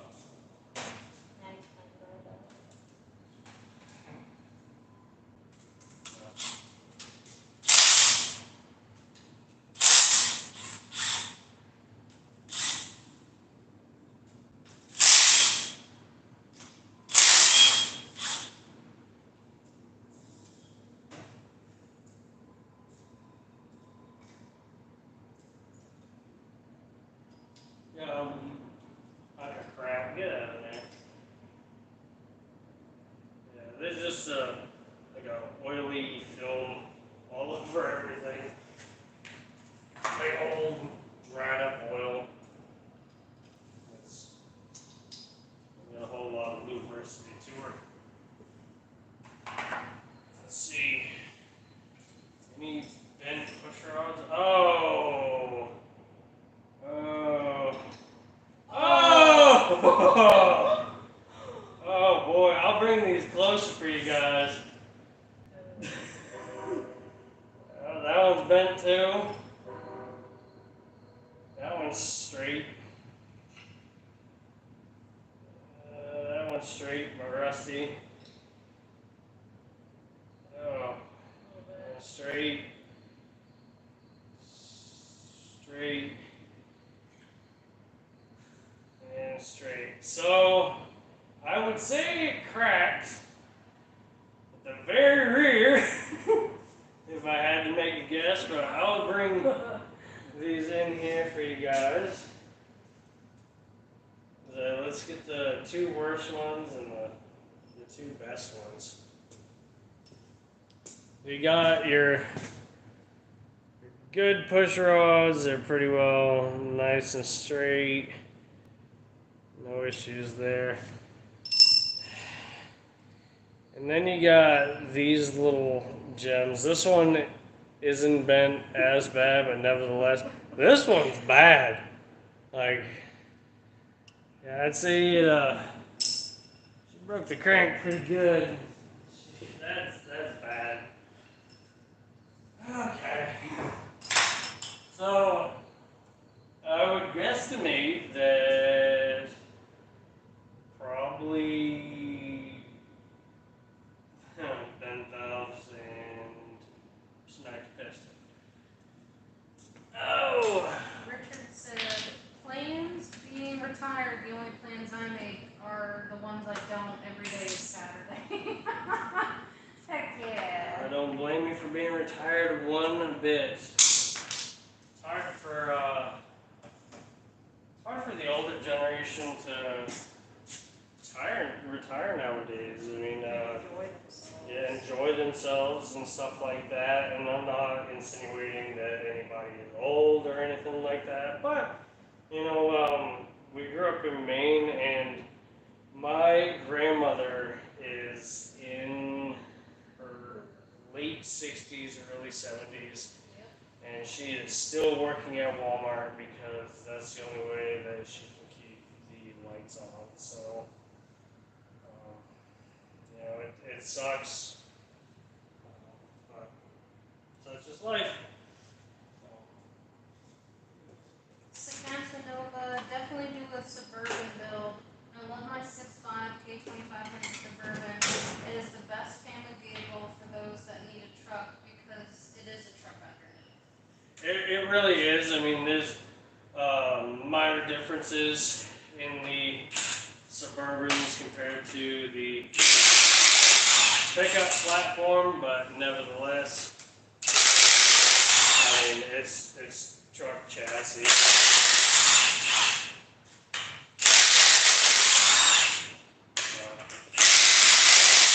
If I was to do a Suburban build, it would be like overnight camping rig. Yeah. And I'd probably put like a rack on the top and make it real off-roady, and maybe do a solid axle swap on it, stuff like that. That'd be awesome. Because the Suburbans, the seats in the back, don't they lay down? So you Yeah. can like sleep in the bed? Yeah. Sleep in the back? Yeah, and you could either have barn doors or it had like a flip-down tailgate with that glass popped up.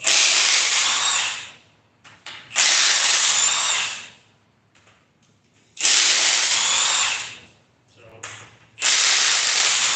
6.5 bourbon would be cool. A 6.2 bourbon would be pretty cool. I'd love to build this. I'd love to get my hands on a damn 6.2, but they're not common. Andy almost bought a 2-door Tahoe with a 6.2 in it. 4-door. No, it's 2-door. That white one. Oh, I thought you were talking about the red and white one that was up in Knoxville. No, I'm talking about that all white one. Remember? Because the guy had a lot of blow by, and I was like, no, pass on that fucking thing. Because the minute we get it, I'll have to do a rebuild. That was back when we was looking for another truck for you. Yeah. Never reuse head bolts. Oh, by the way, Andy, it is S.A. Casanova, just Casanova. Okay, I was trying to pronounce it with all of the letters. That makes it easier. He also said, my plans are to go get my pregnant wife some Taco Bell in my new service truck that still says Pepsi on it. Nice. She is lucky because I am also pregnant, our little girl is extremely picky, and unfortunately Taco Bell is not On the menu. for her, so I live vicariously through your wife eating it. Our baby likes either the really fine things in life, hibachi. We just went out to dinner last week, or she's a real cheap date and likes McDonald's cheeseburgers. So you are on there. No, I haven't said nothing about a name or anything like that. Will you do it? Yeah, you'll do it. Okay. The barn doors are the best. It is easier to get stuff from the back without reaching and hurting your back. I agree. And me having 3 herniated discs. Oh no! Oh boy! The carnage!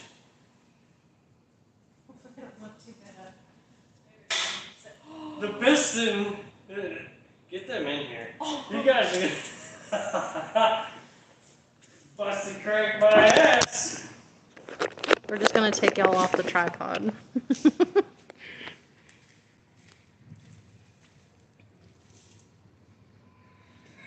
Bam! So, anybody curious as to what we're looking at, it's supposed to look like this one, so you have the top of the piston. That's your connecting rod and your wrist pin. The wrist pin goes into your piston, and it's gone. Wowzers. Goodness gracious. So, cool, exciting things.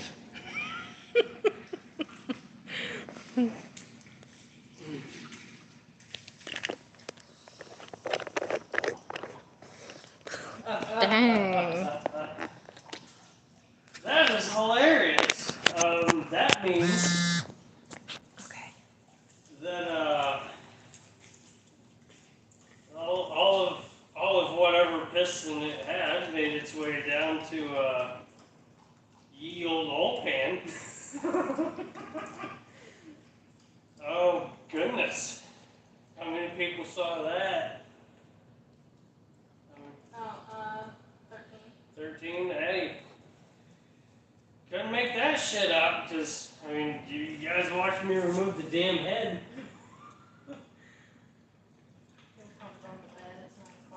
Yeah.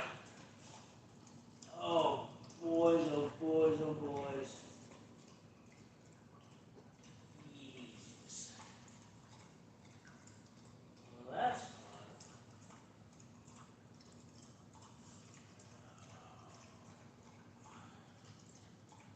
That block is cracked. This block is fucked. Well, shit. Do you guys want me to keep going with it and see the magic on the other side, or? Because what's happened now is there's a crack right down the side of that particular cylinder where water was getting in. This completely rusted out. Yeah, this block is screwed. They can't see that unless there's a flashlight. Yeah, I got a flashlight here. Milwaukee.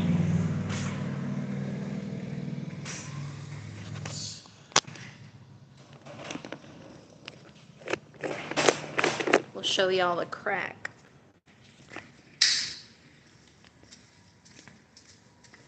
Okay, so if you look right here at the end of my finger, there's a bunch of rust coming through the cylinder wall, and some 6.5s are real bad about busting that, especially when it gets real hot.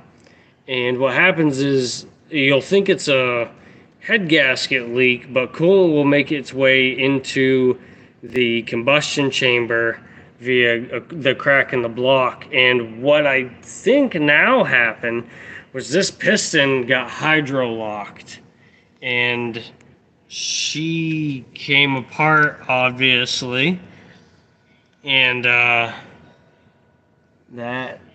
is a very big crack. It starts all the way up here at the very end of my finger.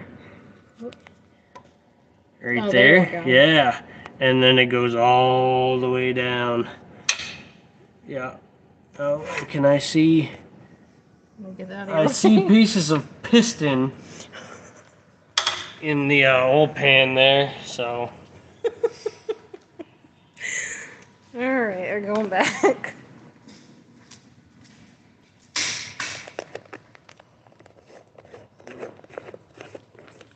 Goody goody gumdrops. That's exciting. I mean, at least now we know. Yeah, I mean, and that's part of the deal is like when you buy a used truck that's not running or anything, these are the kinds of things that you can definitely run into. Like those push rods, obviously junk. Missing at least one piston. I haven't pulled that side apart yet.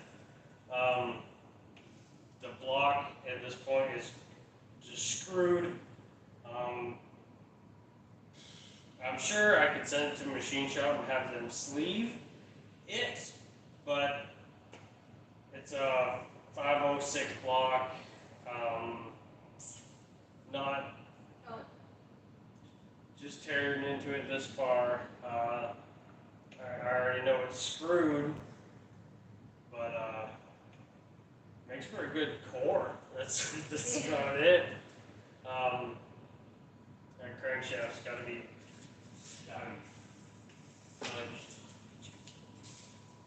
just paused for a second. It paused? Yeah, you're good though. It went Okay. back.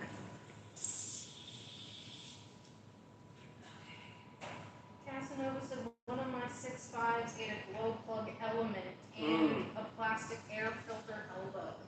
And Dwayne's card pad said, yeah, might as well see the rest of the damage. Alright, we're continuing on this journey. Alright. I mean, you're still good. At least, I would say probably until 10 since we've been an early morning time. Oh, yeah. We've been another hour. Well, let's use the correct socket, shall we? You're not it. The 13.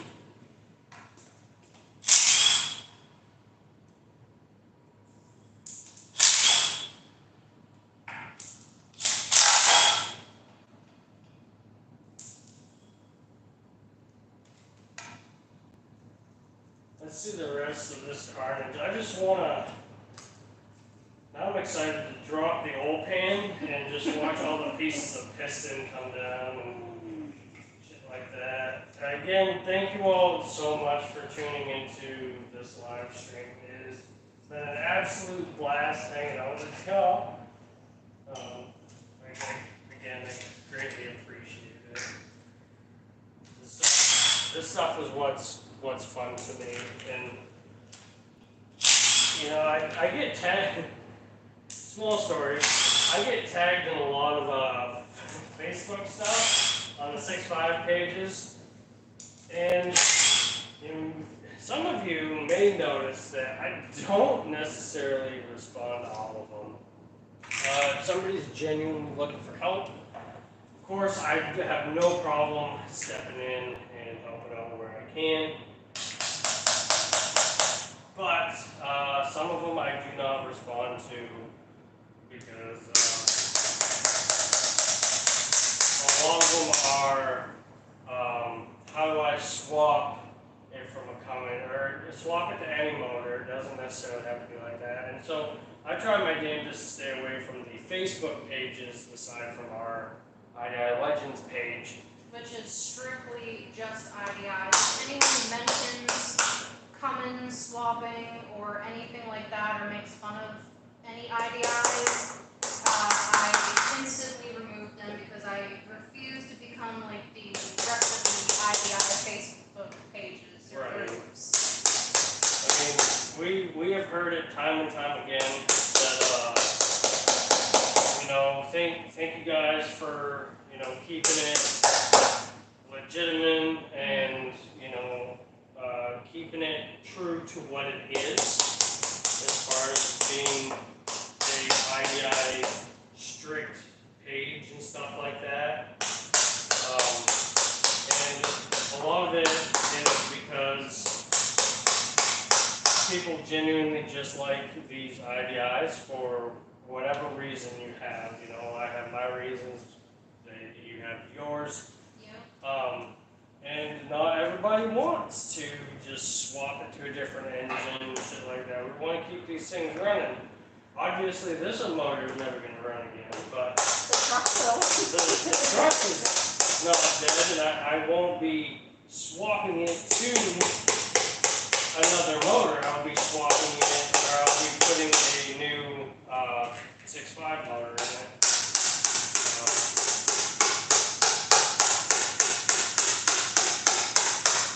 I really wanted to actually build this one, but that's not going to happen.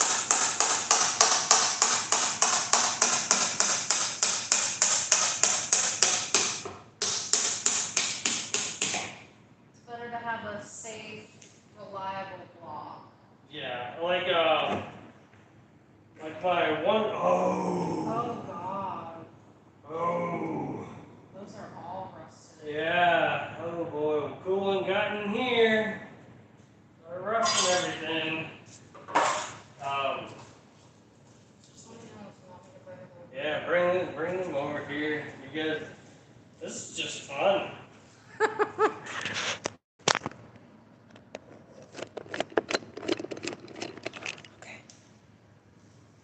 Look at all this. I just tore that valve cover off there, and look at all the rust. Oh boy.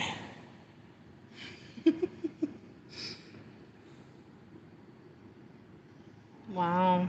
Yeah, even the frickin' rods Yeah, are. the push rods are all rusted out. They're that's wowzer, Scoop. Again.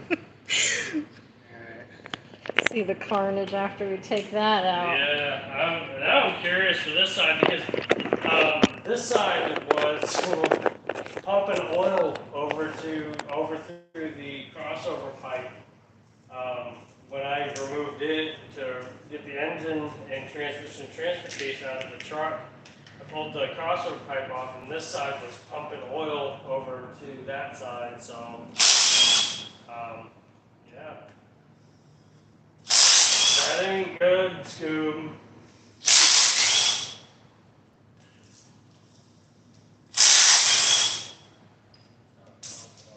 Dwayne's car pad said, I missed the first live chat and almost missed this one. I just woke up and it was on with a thumbs up. Glad you were able to make it, man. Welcome to the live stream. We're kind of really getting into the interesting parts here. We've been on here for like, I think, 2 hours. Yeah. Okay. Straight, but destroyed because they're rusted. That one's straight. Straight-ish, rusted. Straight.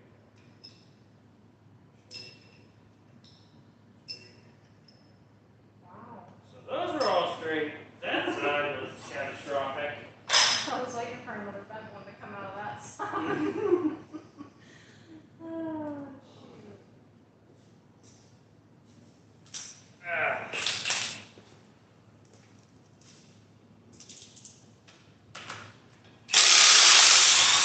Let me know in the comments if you guys like this style live stream better than you liked our live streams in the past. Like a sit-in. Yeah, I know our giveaway live stream, that was entirely fun. We hope to do giveaways in the future again. We want to do that.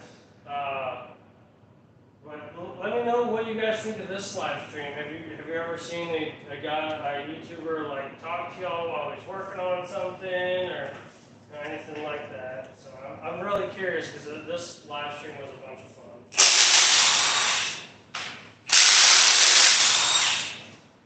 Zach said I like both. I like both. We definitely continue to do a mixture of both. What am I doing?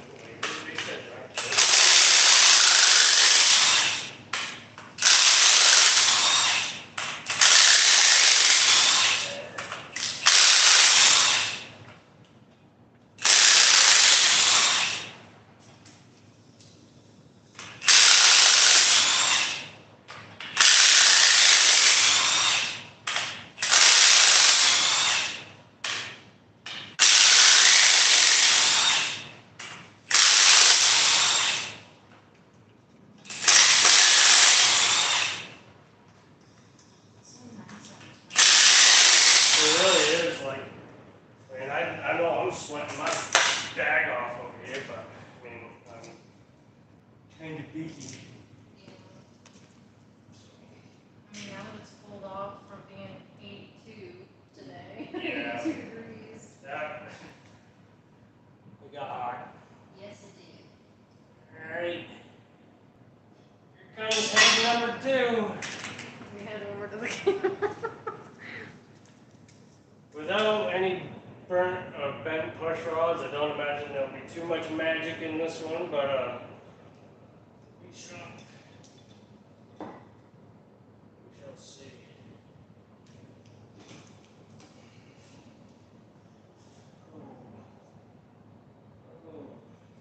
It's rusty.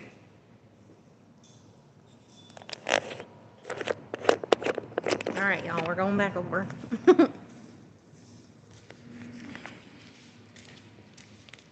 Oh, yeah. pistons are all... Oh, that's how I got the frickin' grease on myself. It's on your phone. Oops. Well, I touch my phone. I don't mind. You married me. I mean, Well, I wasn't you're gonna expecting get to grease get on dirty. you. But Oh. let me get the light back down over here. There's a bug. There's a bug. There's a bug. Nice. Dude. What is that? Who did what with that? Is the real question is. Oh, it's right behind your butt. On the ground. Oh, the tool. Well, my battery, so I can see. Let's see this. Yep, there's a smushed bug. So, that piston is covered in carbon. This piston is destroyed. It's got rust pits all over it, and that one is a little better than this one, but not by much. Yeah, they all look pretty bad. So, Other side definitely worse. yeah, other side is not agreeing with anybody, is what that is. So,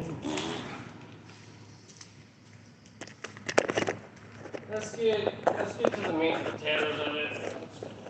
Let's pull that oil pan there, and we'll call this a wrap. I just want to see carnage, so I want. Dwayne Stockman said definitely like this. I like to see how to tear things down. It's fun and you learn a lot. You have always done good at giving information. I try, man. I try to give you guys as much information as I possibly can and know, and when different information or better information comes my way, I try my damnedest to keep y'all informed as much as I am trying to keep myself informed. I did see a thread on one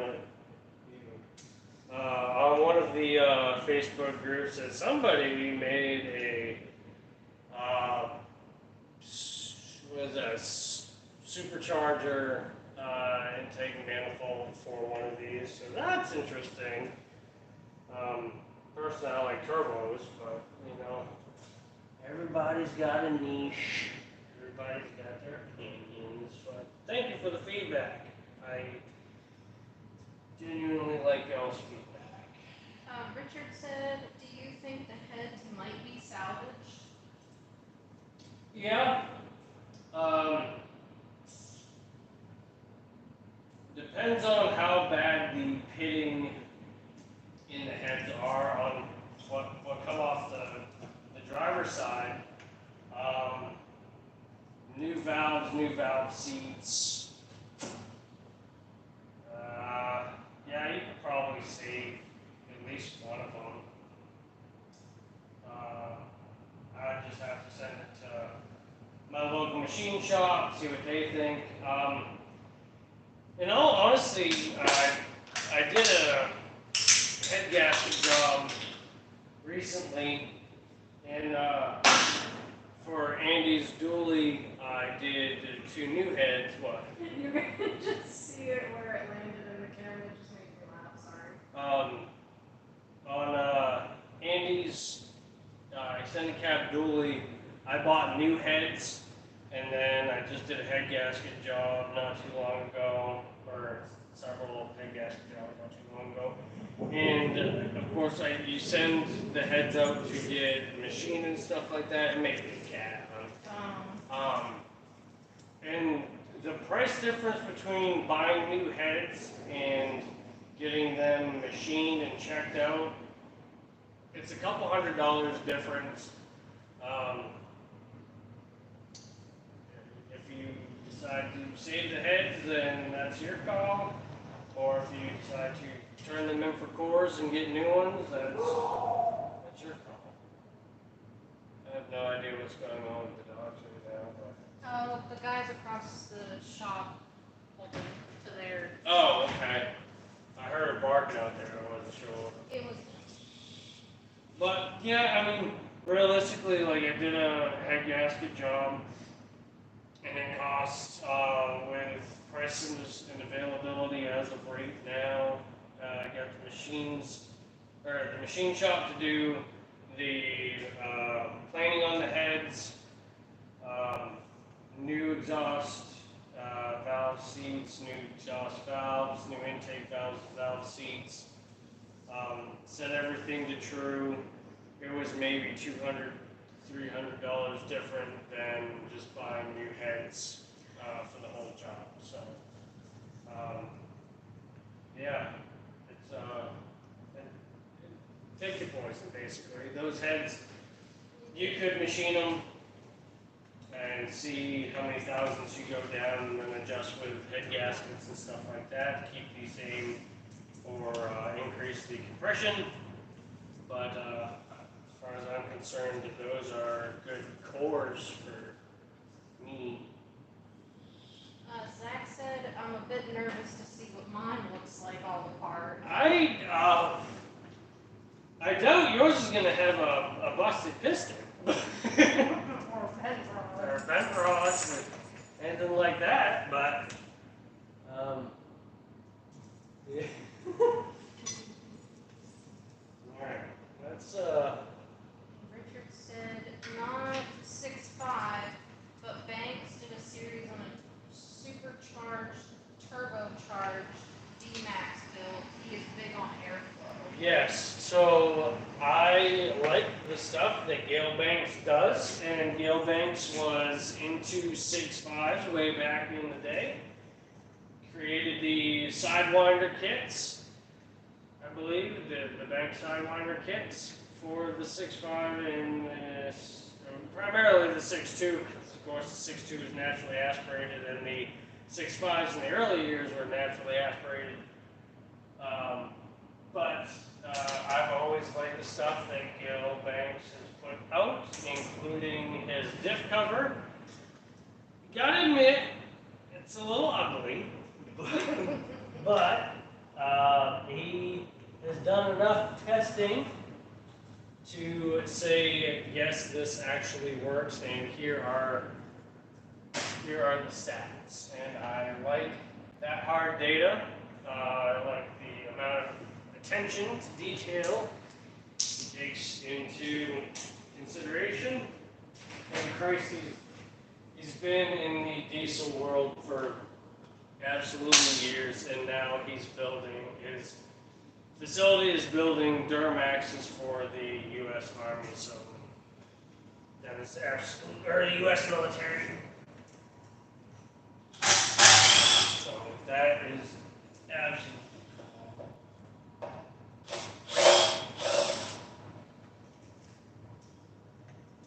I'm gonna get down to the piece that is the dogs. And see this piston pieces.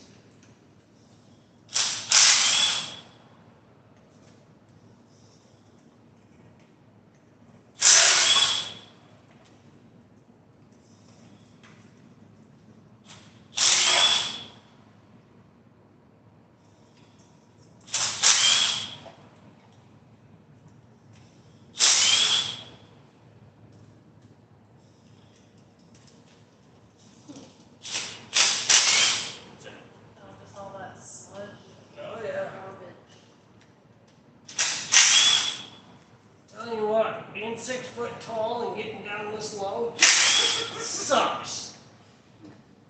Nah, just my discs are on fire. Ah, there we go.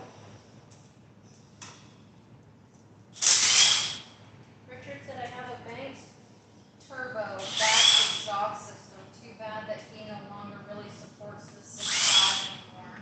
It does suck, but I understand it. Times change, and that's the unfortunate reality. A bunch of stuff gets left in the past. for new innovation to make its way through. And, you know, there's trial and error with everything. And there comes a point in time where companies wash their hands with certain manufacturing processes or different blocks, what have you. And it really does suck, but luckily, you know, there are companies out there in the aftermarket world that are still willing to support these old motors. And, you know, it's good to see that, you know, there are people that are still not giving up on these things. So, that's the way I look at it. You know, I understand a guy like Banks, like the way his business works is he develops new, bigger, and better things for the updated technology. And from a business standpoint, that's incredibly smart. He would, if he stayed with 6.5s while everybody was moving to the latest and greatest Duramax stuff, he would probably be out of business.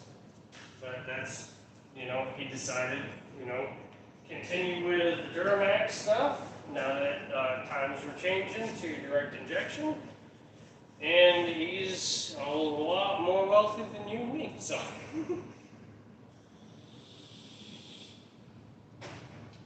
Pull this oil pan.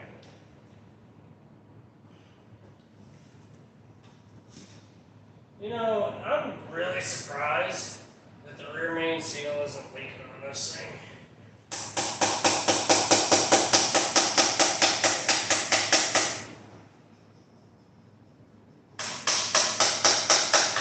But this motor did not suffer from the broken starter bolts for the block, so that's unfortunate that the fucking block is destroyed regardless.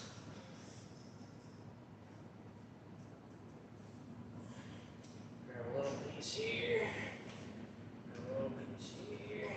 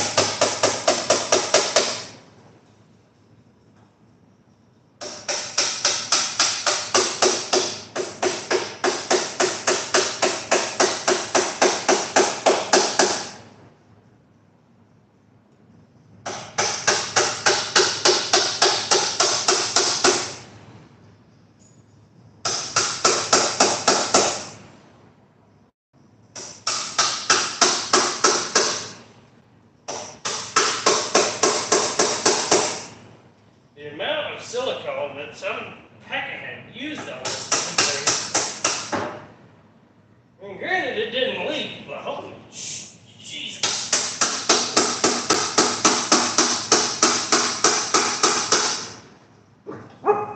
Really? Sorry.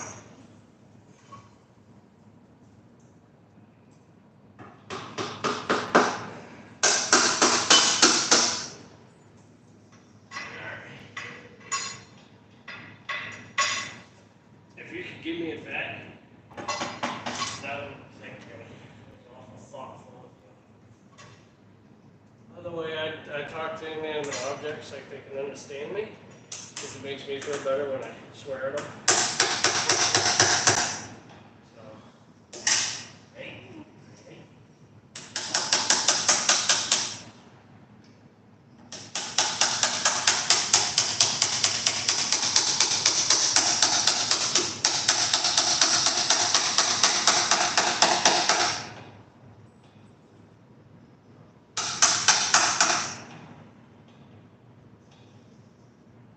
Well,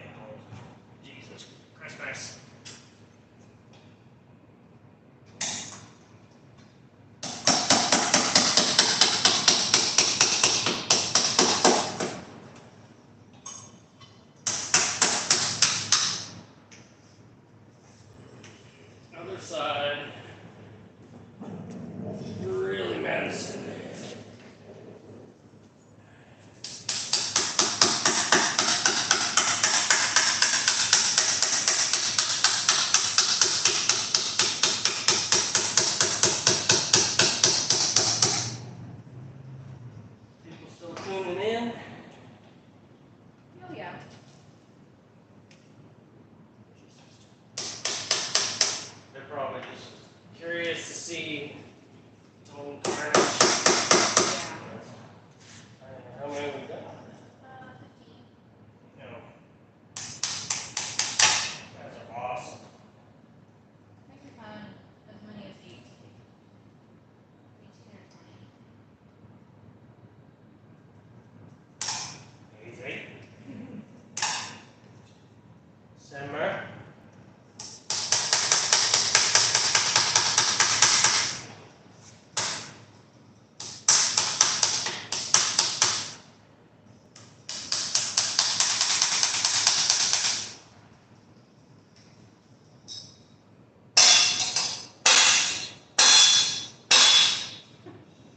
Straight to the chisel.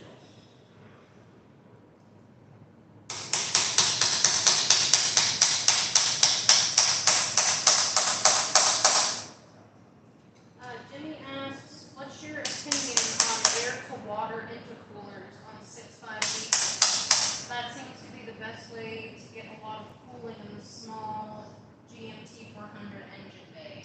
I personally like air-to-air for towing, but there's nothing wrong with air-water intercoolers. Just coming from a big rig background, I have always liked to charge air cooler. But you know that's just my personal preference. I know over in Australia, because I talked with y'all over in Australia, that some of y'all are real big into the air-to-water coolers. You know, of course, there are some guys over here in the States that run the air-to-water. But I personally am just charging air cooler kind of guy.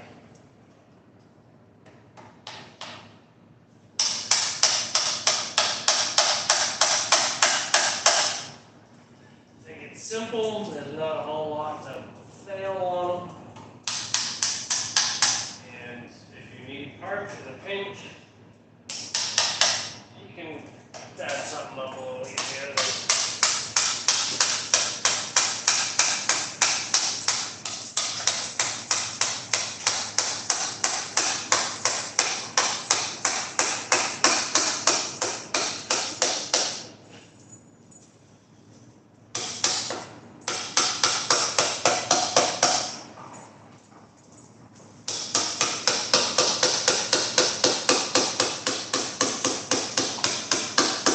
The most stubborn freaking old thing. I just quit.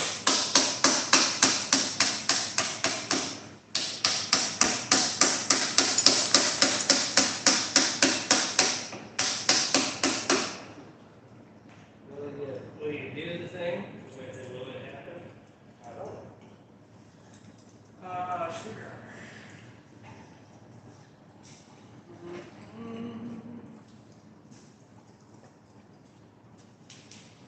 Ow. Easy.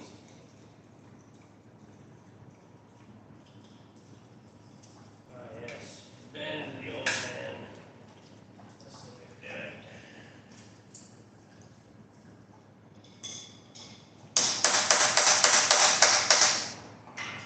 I know why.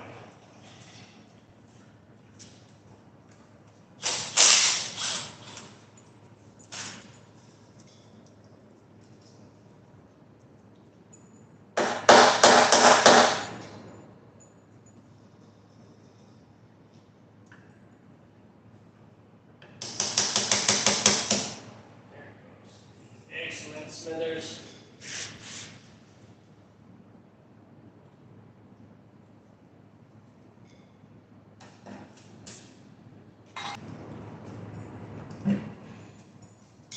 Moment of excitement. Oh.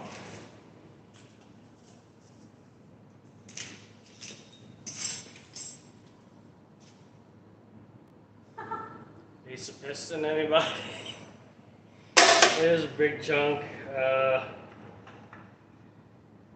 another good sized chunk. There's a good one. Ow! Another good one. So yeah, piston made its way down. This oil pretty well looks like pudding in the bottom. Let's see if I can get a handful of that.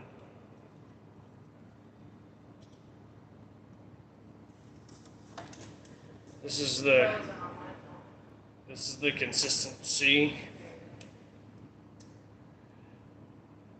So, lack thereof in the oil change department. Oh, there's some rings. Oh. So, I say she's pooped. She's done. Let me check out the old crankshaft here.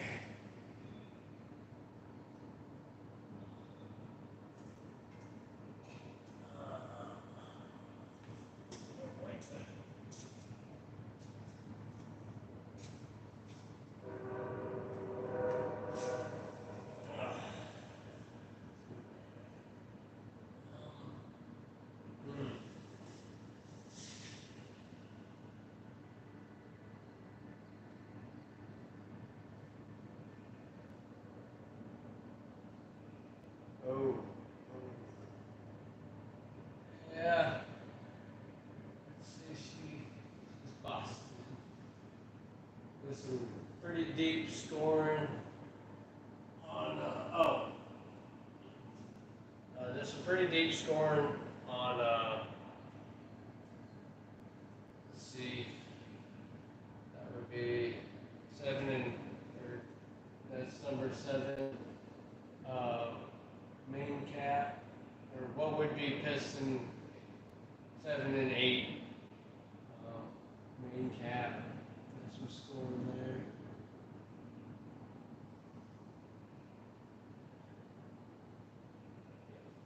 Let me,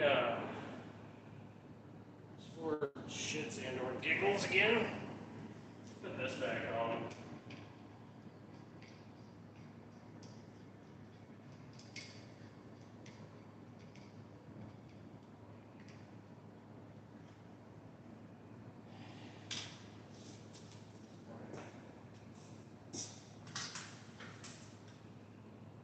Extend over it. Let's just see if it will power over.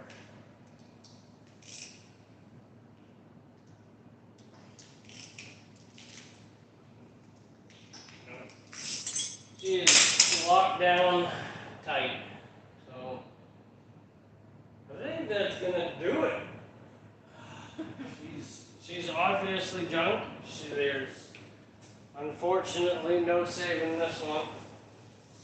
But I can use it for cores. So Richard said, I think Daniel Cregan, aka DC Motorsports, is currently going that route with his truck. why, air to air or air to water?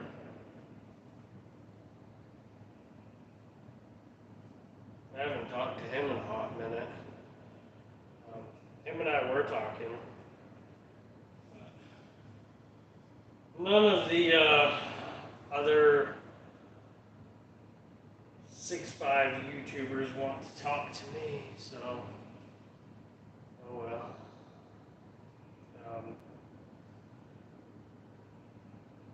I only want to give my time and attention to those who. Some air to water. Air to water. Hey, I mean, if that's what he wants to do, then by all means. Yeah, I haven't talked to Daniel in a hot minute. I know him and I were talking about potential truck show or something like that, but that was a year and a half ago. So. Dwayne's car pad, can you see the crank shaft if it's broken? Oh, I don't think they were able to hear you. Let me throw up my back, and I can't really see up inside there because the main cap's so long, but I'll flip it over and see if I can't pull the main cap out.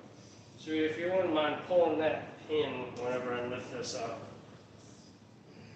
and give it the old rotation. Ready?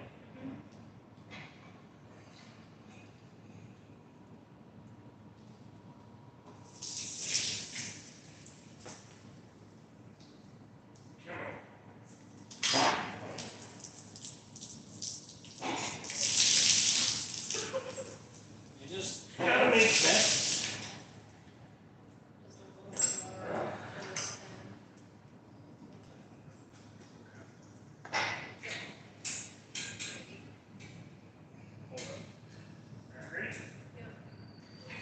Thank you. Well, let's take a look.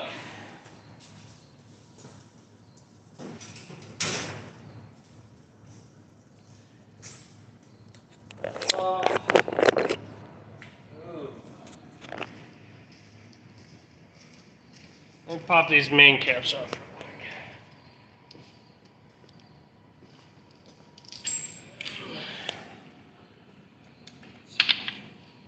That's the size. So if it's broken, it's going to be towards the back.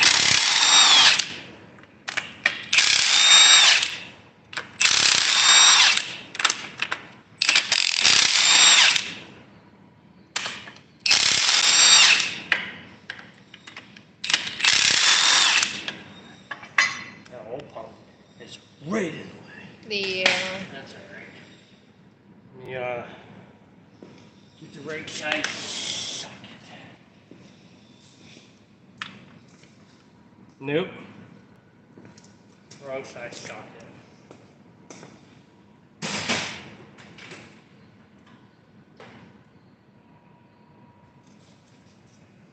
You? Nope.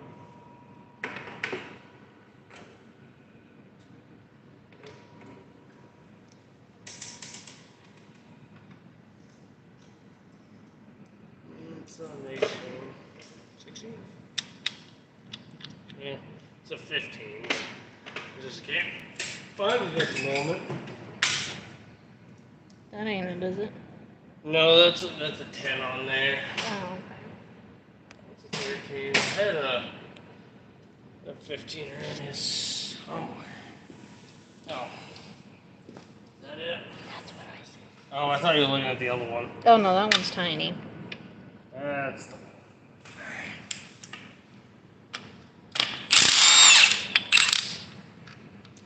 Just like that, your old pump should come off.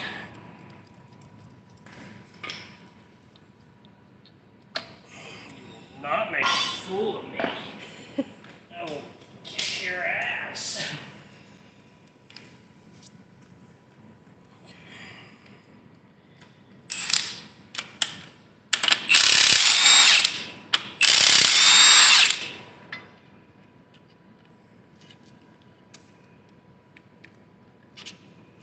What the?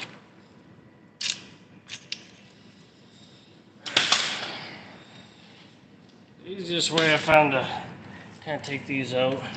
Grab the bolts. Just give them a little shimmy back and forth while you're kind of coming up with them.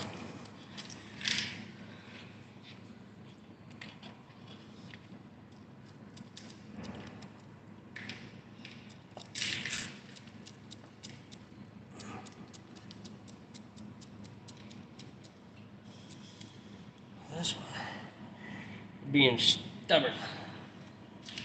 There's a little screwdriver. Sure. And then here.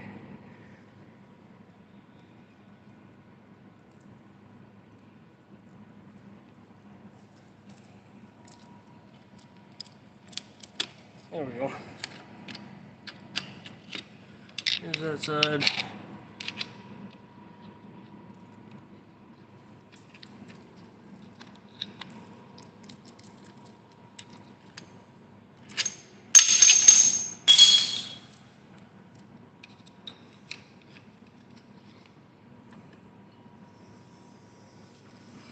There's your main cap. There's your bearing.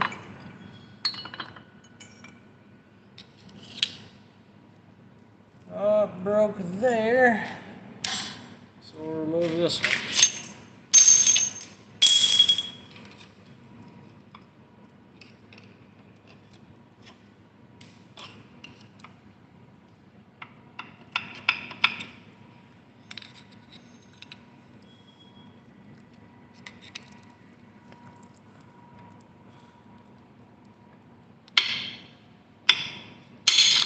There we go.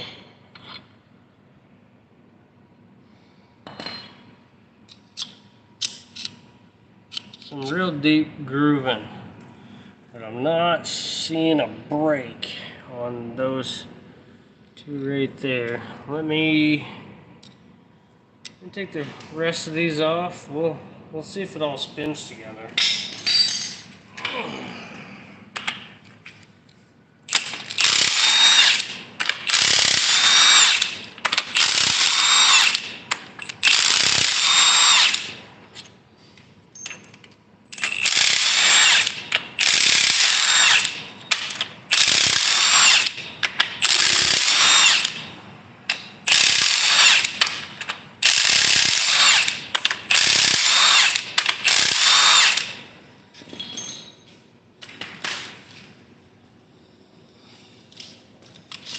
Curiosity.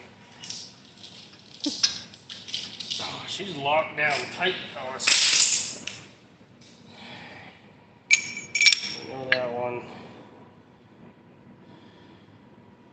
Alright. Three. Screwdriver.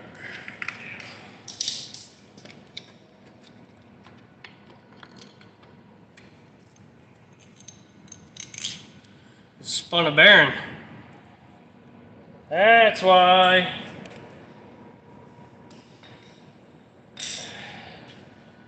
Curiosity, or I was curious about that. So here's an interesting thing.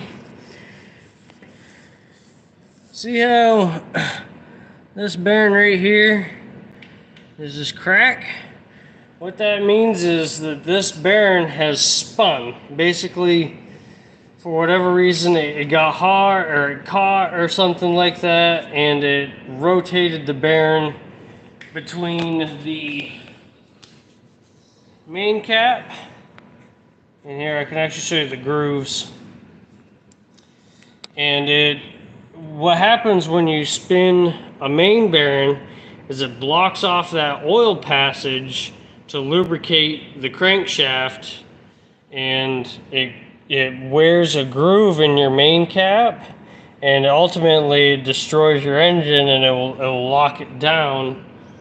So this got real tight, which is more than likely why I can't spin it over, but it lost all oil pressure, and it ultimately just destroyed itself. And this can be due to a lack of maintenance. Obviously, we saw in the oil pan how sludged up the oil is.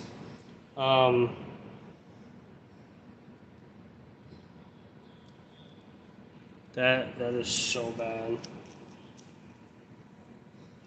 Stinks too. So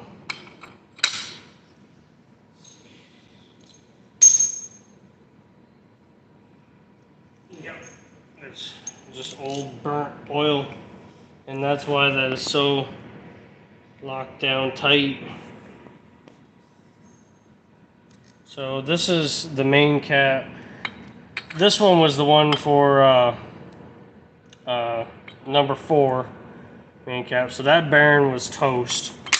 And then this one, see all that shiny kind of glazing on it, and you can feel the grooves on your finger. That is due to this bearing rotating inside there, and that is what ultimately helped lock this motor up. So the crank ain't busted, but guaranteed it's been starved for oil, and of course the bearings for number 4 were shot. Here's bearing for number 3 journal. This is your thrust bearing. And you can see the pitting in my fingernail getting caught. So let's clean off. So this is that little oil hole I was talking about to help lubricate. Oh, Jesus, criminate. All I want to do is clean up the crankshaft.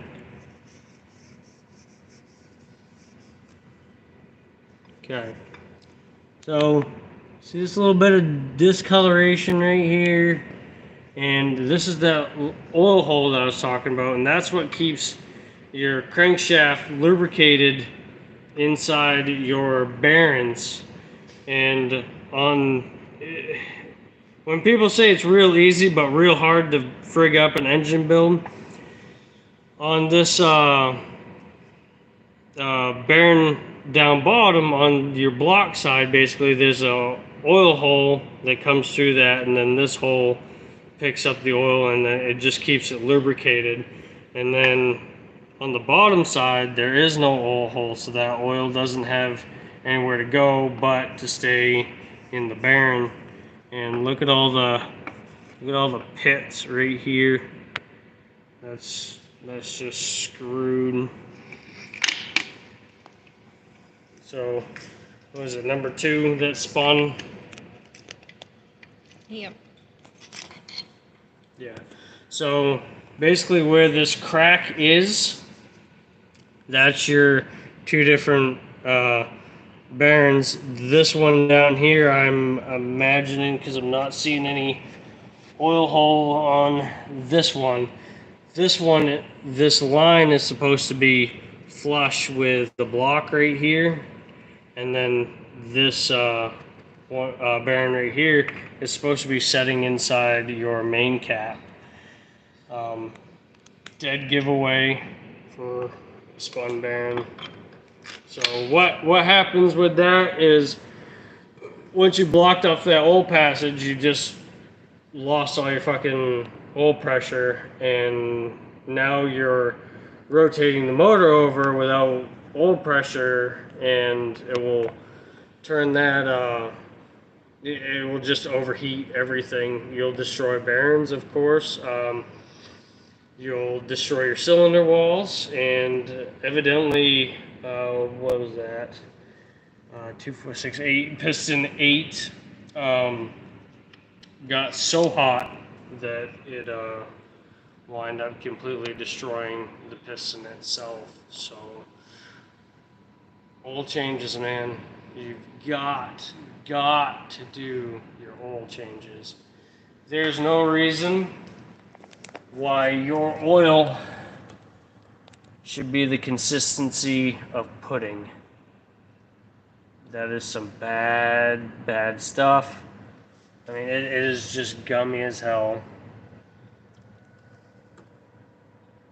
So, please, for the love of God, just do your oil changes. I personally do mine, and I know oil's expensive. I know servicing your truck is expensive. But you need to set up a scheduled maintenance procedure, and at that time you should do air, fuel, oil, and grease. And check your diffs, make sure they're up to their fluid levels and stuff like that. But ultimately, this was the cause. The cause of this was piss poor maintenance.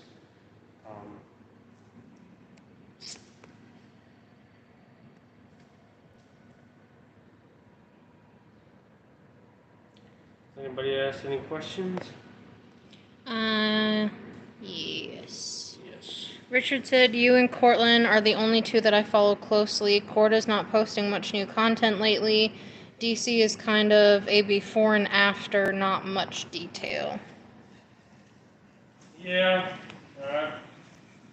I've heard that quite a bit.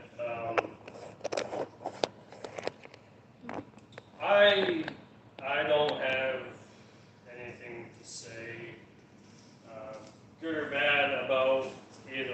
guys. I mean, I have talked to Daniel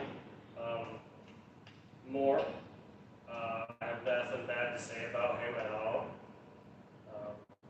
You know, it's just different people do different things, and I hope I make good enough content for y'all. You know, and your continued support definitely shows it. And I expect y'all to hold me to a standard that you know, where my videos stand as of right now. I hope y'all continue to you know, be a part of the channel, and if I say anything wrong or anything like that, you guys are awesome as far as, you know, correcting my statement. And y'all, please remember, I'm just human. Everybody is just human. I mix up my words all the time. I'm no different than anybody else. I'm just making it through life like the rest of yous. And, you know, every once in a while I will slip up. It's going to happen. You know, I can't say 100% the right thing all the time, but I appreciate when y'all catch me and I am able to correct myself. I also appreciate that y'all are not a-holes or disrespectful in the comments. You guys are an awesome community. I'm glad that you came this way and, you know, support what I'm doing. And I can't thank you guys enough. Y'all are awesome. As far as the other 6'5" YouTubers, like that, I mean, I can't speak for them, you know. I'm not gonna.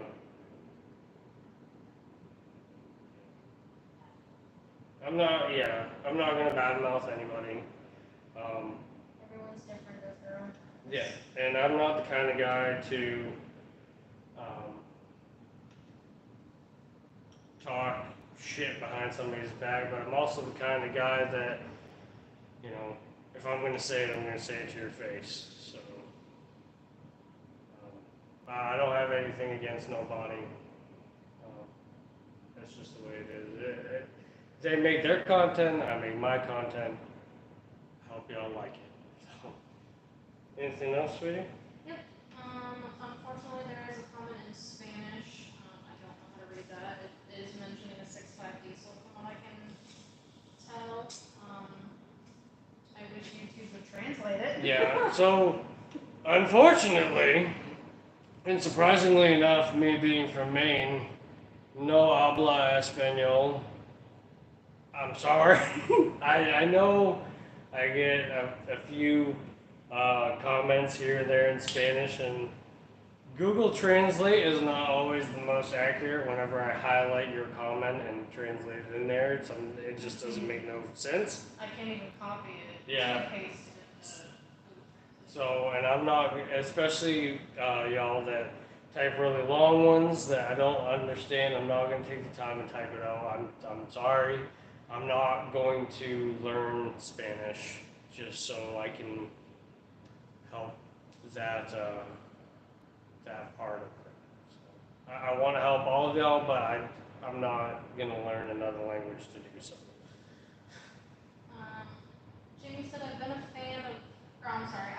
been a fan of the sideways oil filters on these trucks. Some of the blocks have straight up and down oil filters, which are great until you have a front drive shaft that's in the way. Honestly, I personally don't mind the sideways filters. I do like the vertical filters better, just so you can fill the oil filter before installing it.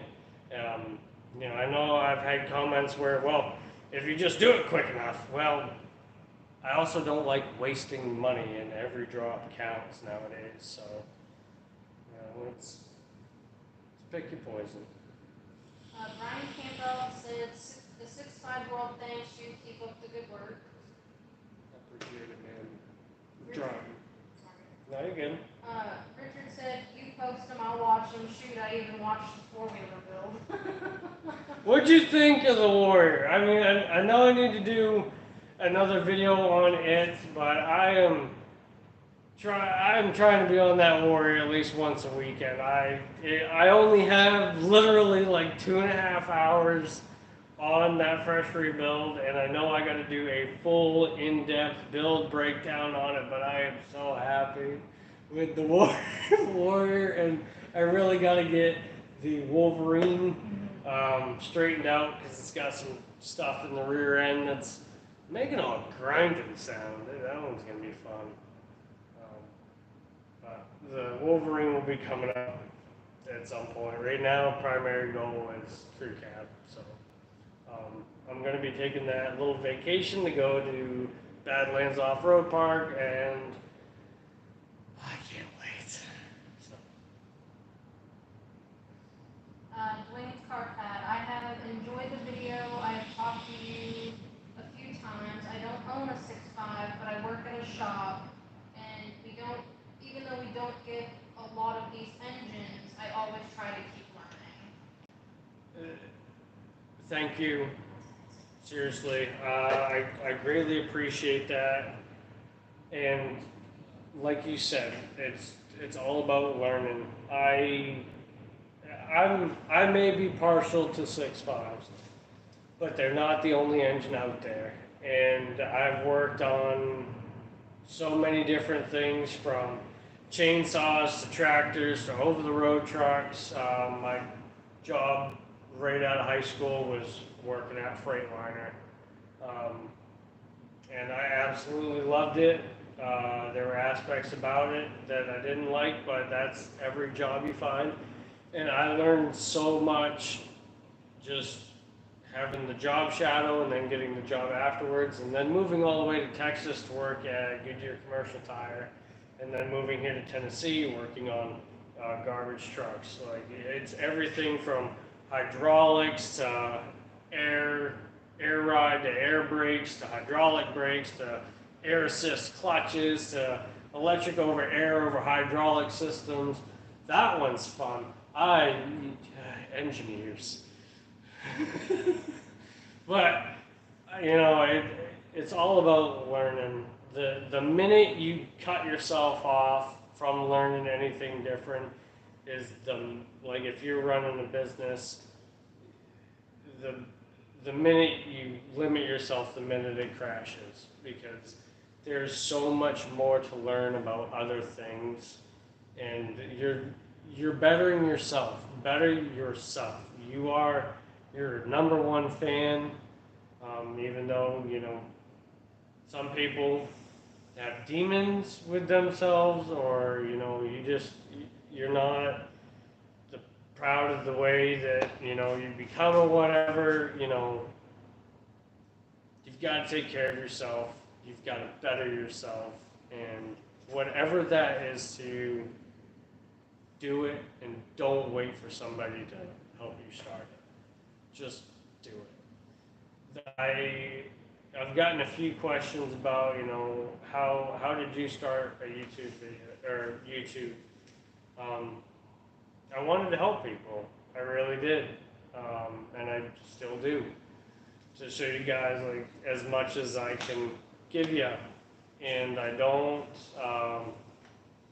It's not that I stopped learning about other engines, because right now I have a truck out in the yard, the MP8, that I'm learning more and more every day about them friggin' Mack Volvo engines.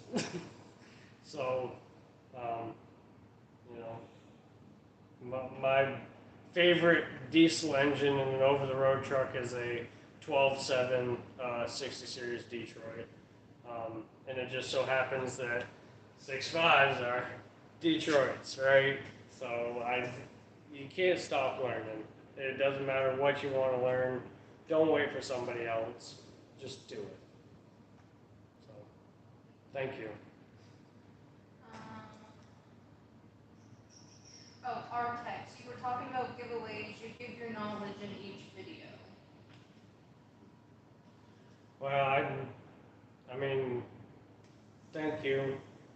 I give you guys as much as I know,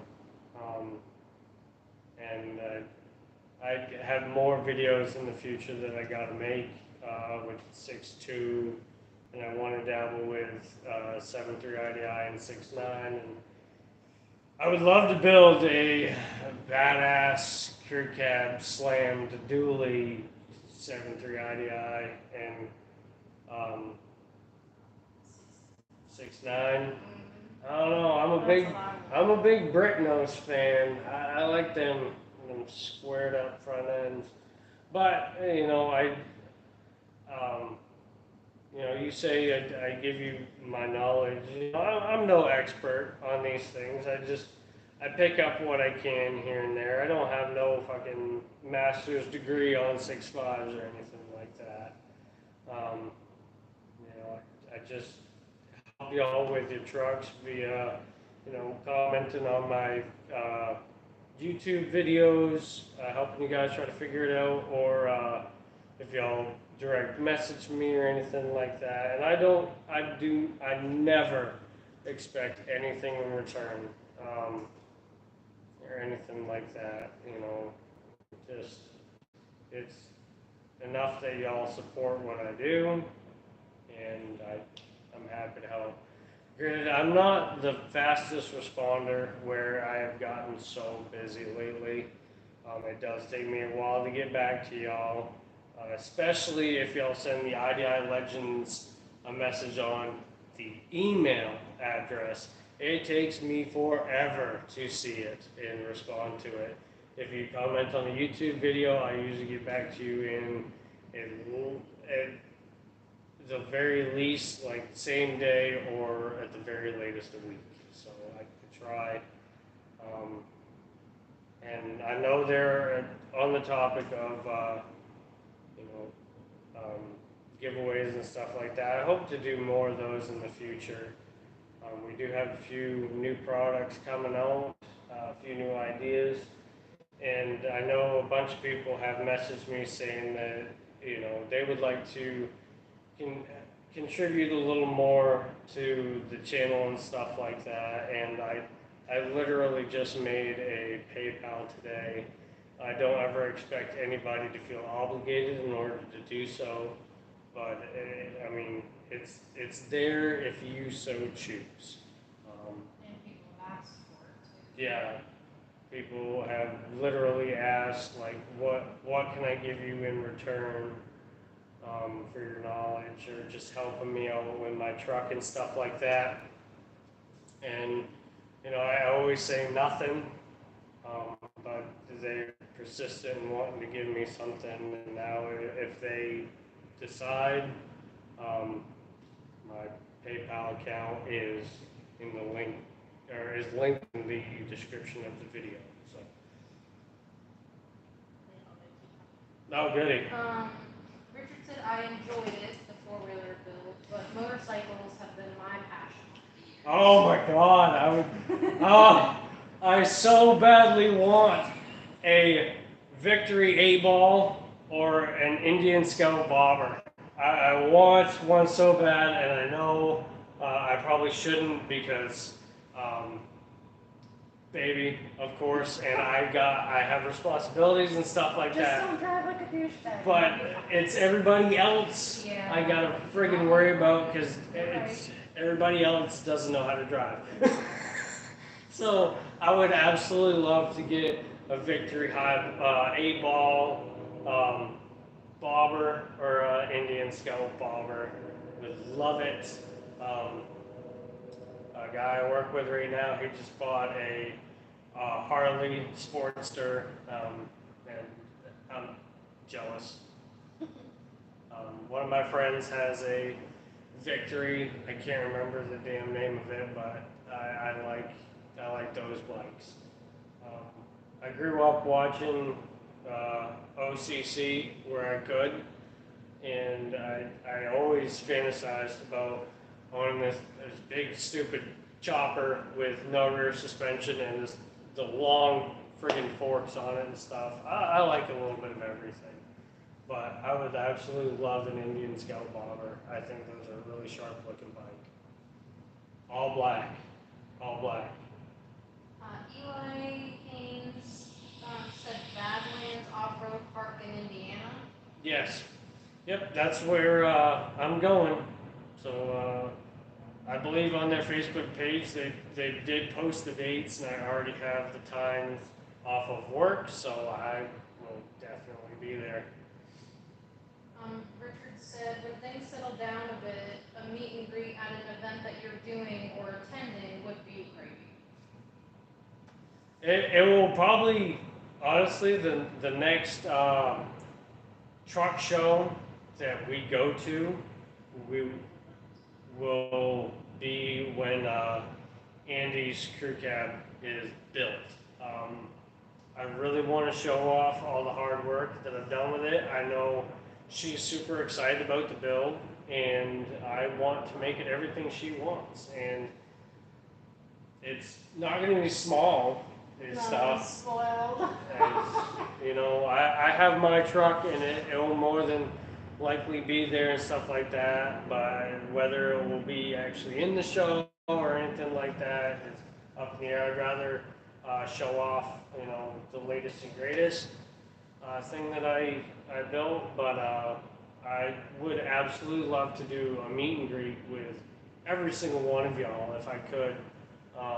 We've debated about doing our own little show because you know how guys are at truck shows, like, oh, it's not perfect. Well, not everything is friggin' perfect, and you know, I'm not taking out thousands of dollars to, you know, buy a brand new pavement princess. I've got to work these things. They are trucks. I'm going to use them for everything that I need them to do. So I would absolutely love to meet and greet as many of you as I can. If we ever go to a show and you're in the area, we will post where we're going. If we went when we go to shows and stuff like that, and if y'all can make it, great. I will gladly shake your hand and go look at your truck. So. Paul Hersman said new follower on Instagram. Thank you. Inspired me to turbo my 6.2. Can I do this all through Quadstar tuning? 6.2s I'm not so positive on with Quadstar. There's a growing aftermarket for 6.5s, but in the 6.2 realm, I haven't touched a 6.2 in, I'd say, every bit of 4 years, in all honesty. I haven't really kept up with 6.2 aftermarket stuff. A lot of the things from a 6.5 will transfer over to a 6.2. I mean, 6.5 is, in essence, not 100%, but in essence, a bored out 6.2. They share a lot of the same stuff. The heads are a little different. The injection lines are a little different, stuff like that. But turboing a 6.2, you got to be a little careful. So the 6.5 has 18-to-1 compression, which for diesel, I mean, it's on the higher scale, of course, but a 6.2, if I remember correctly, is 20-to-1 compression. So once you start boosting it, you're more likely to start lifting heads and stuff like that. I would definitely make sure if you're going to boost it without doing head studs, keep the boost low. But if you're going to like boost it, get some ARP head studs, the same ones I believe that work for the 6.5 work for the 6.2, and just don't go like 40 pounds with a 6.2. I don't know how that turns out, but 18 pounds on a 6'2", I've seen videos work just fine. So. Yep. Jimmy said my buddy has a 1985 Yamaha Virgo 700 bobber, and that thing is super fun. They're all over the place online for less than $1,000. I know. I mean, Facebook Marketplace, it's like crack. I get on there and I say, oh, I want that, or like, it's only 2 hours away. I could go pick that up, but I have other priorities, and right now, a motorcycle, as much as I'd love one, I just can't do it. So the day will come, but until then, I'm happy with my lifted 6'5" that has a bad turbo. Eli Haynes said if you need a 6'5" bottom end, I'm in Indiana and I have a spare. I joined the live feed link. Well, I greatly appreciate you tuning into the live feed.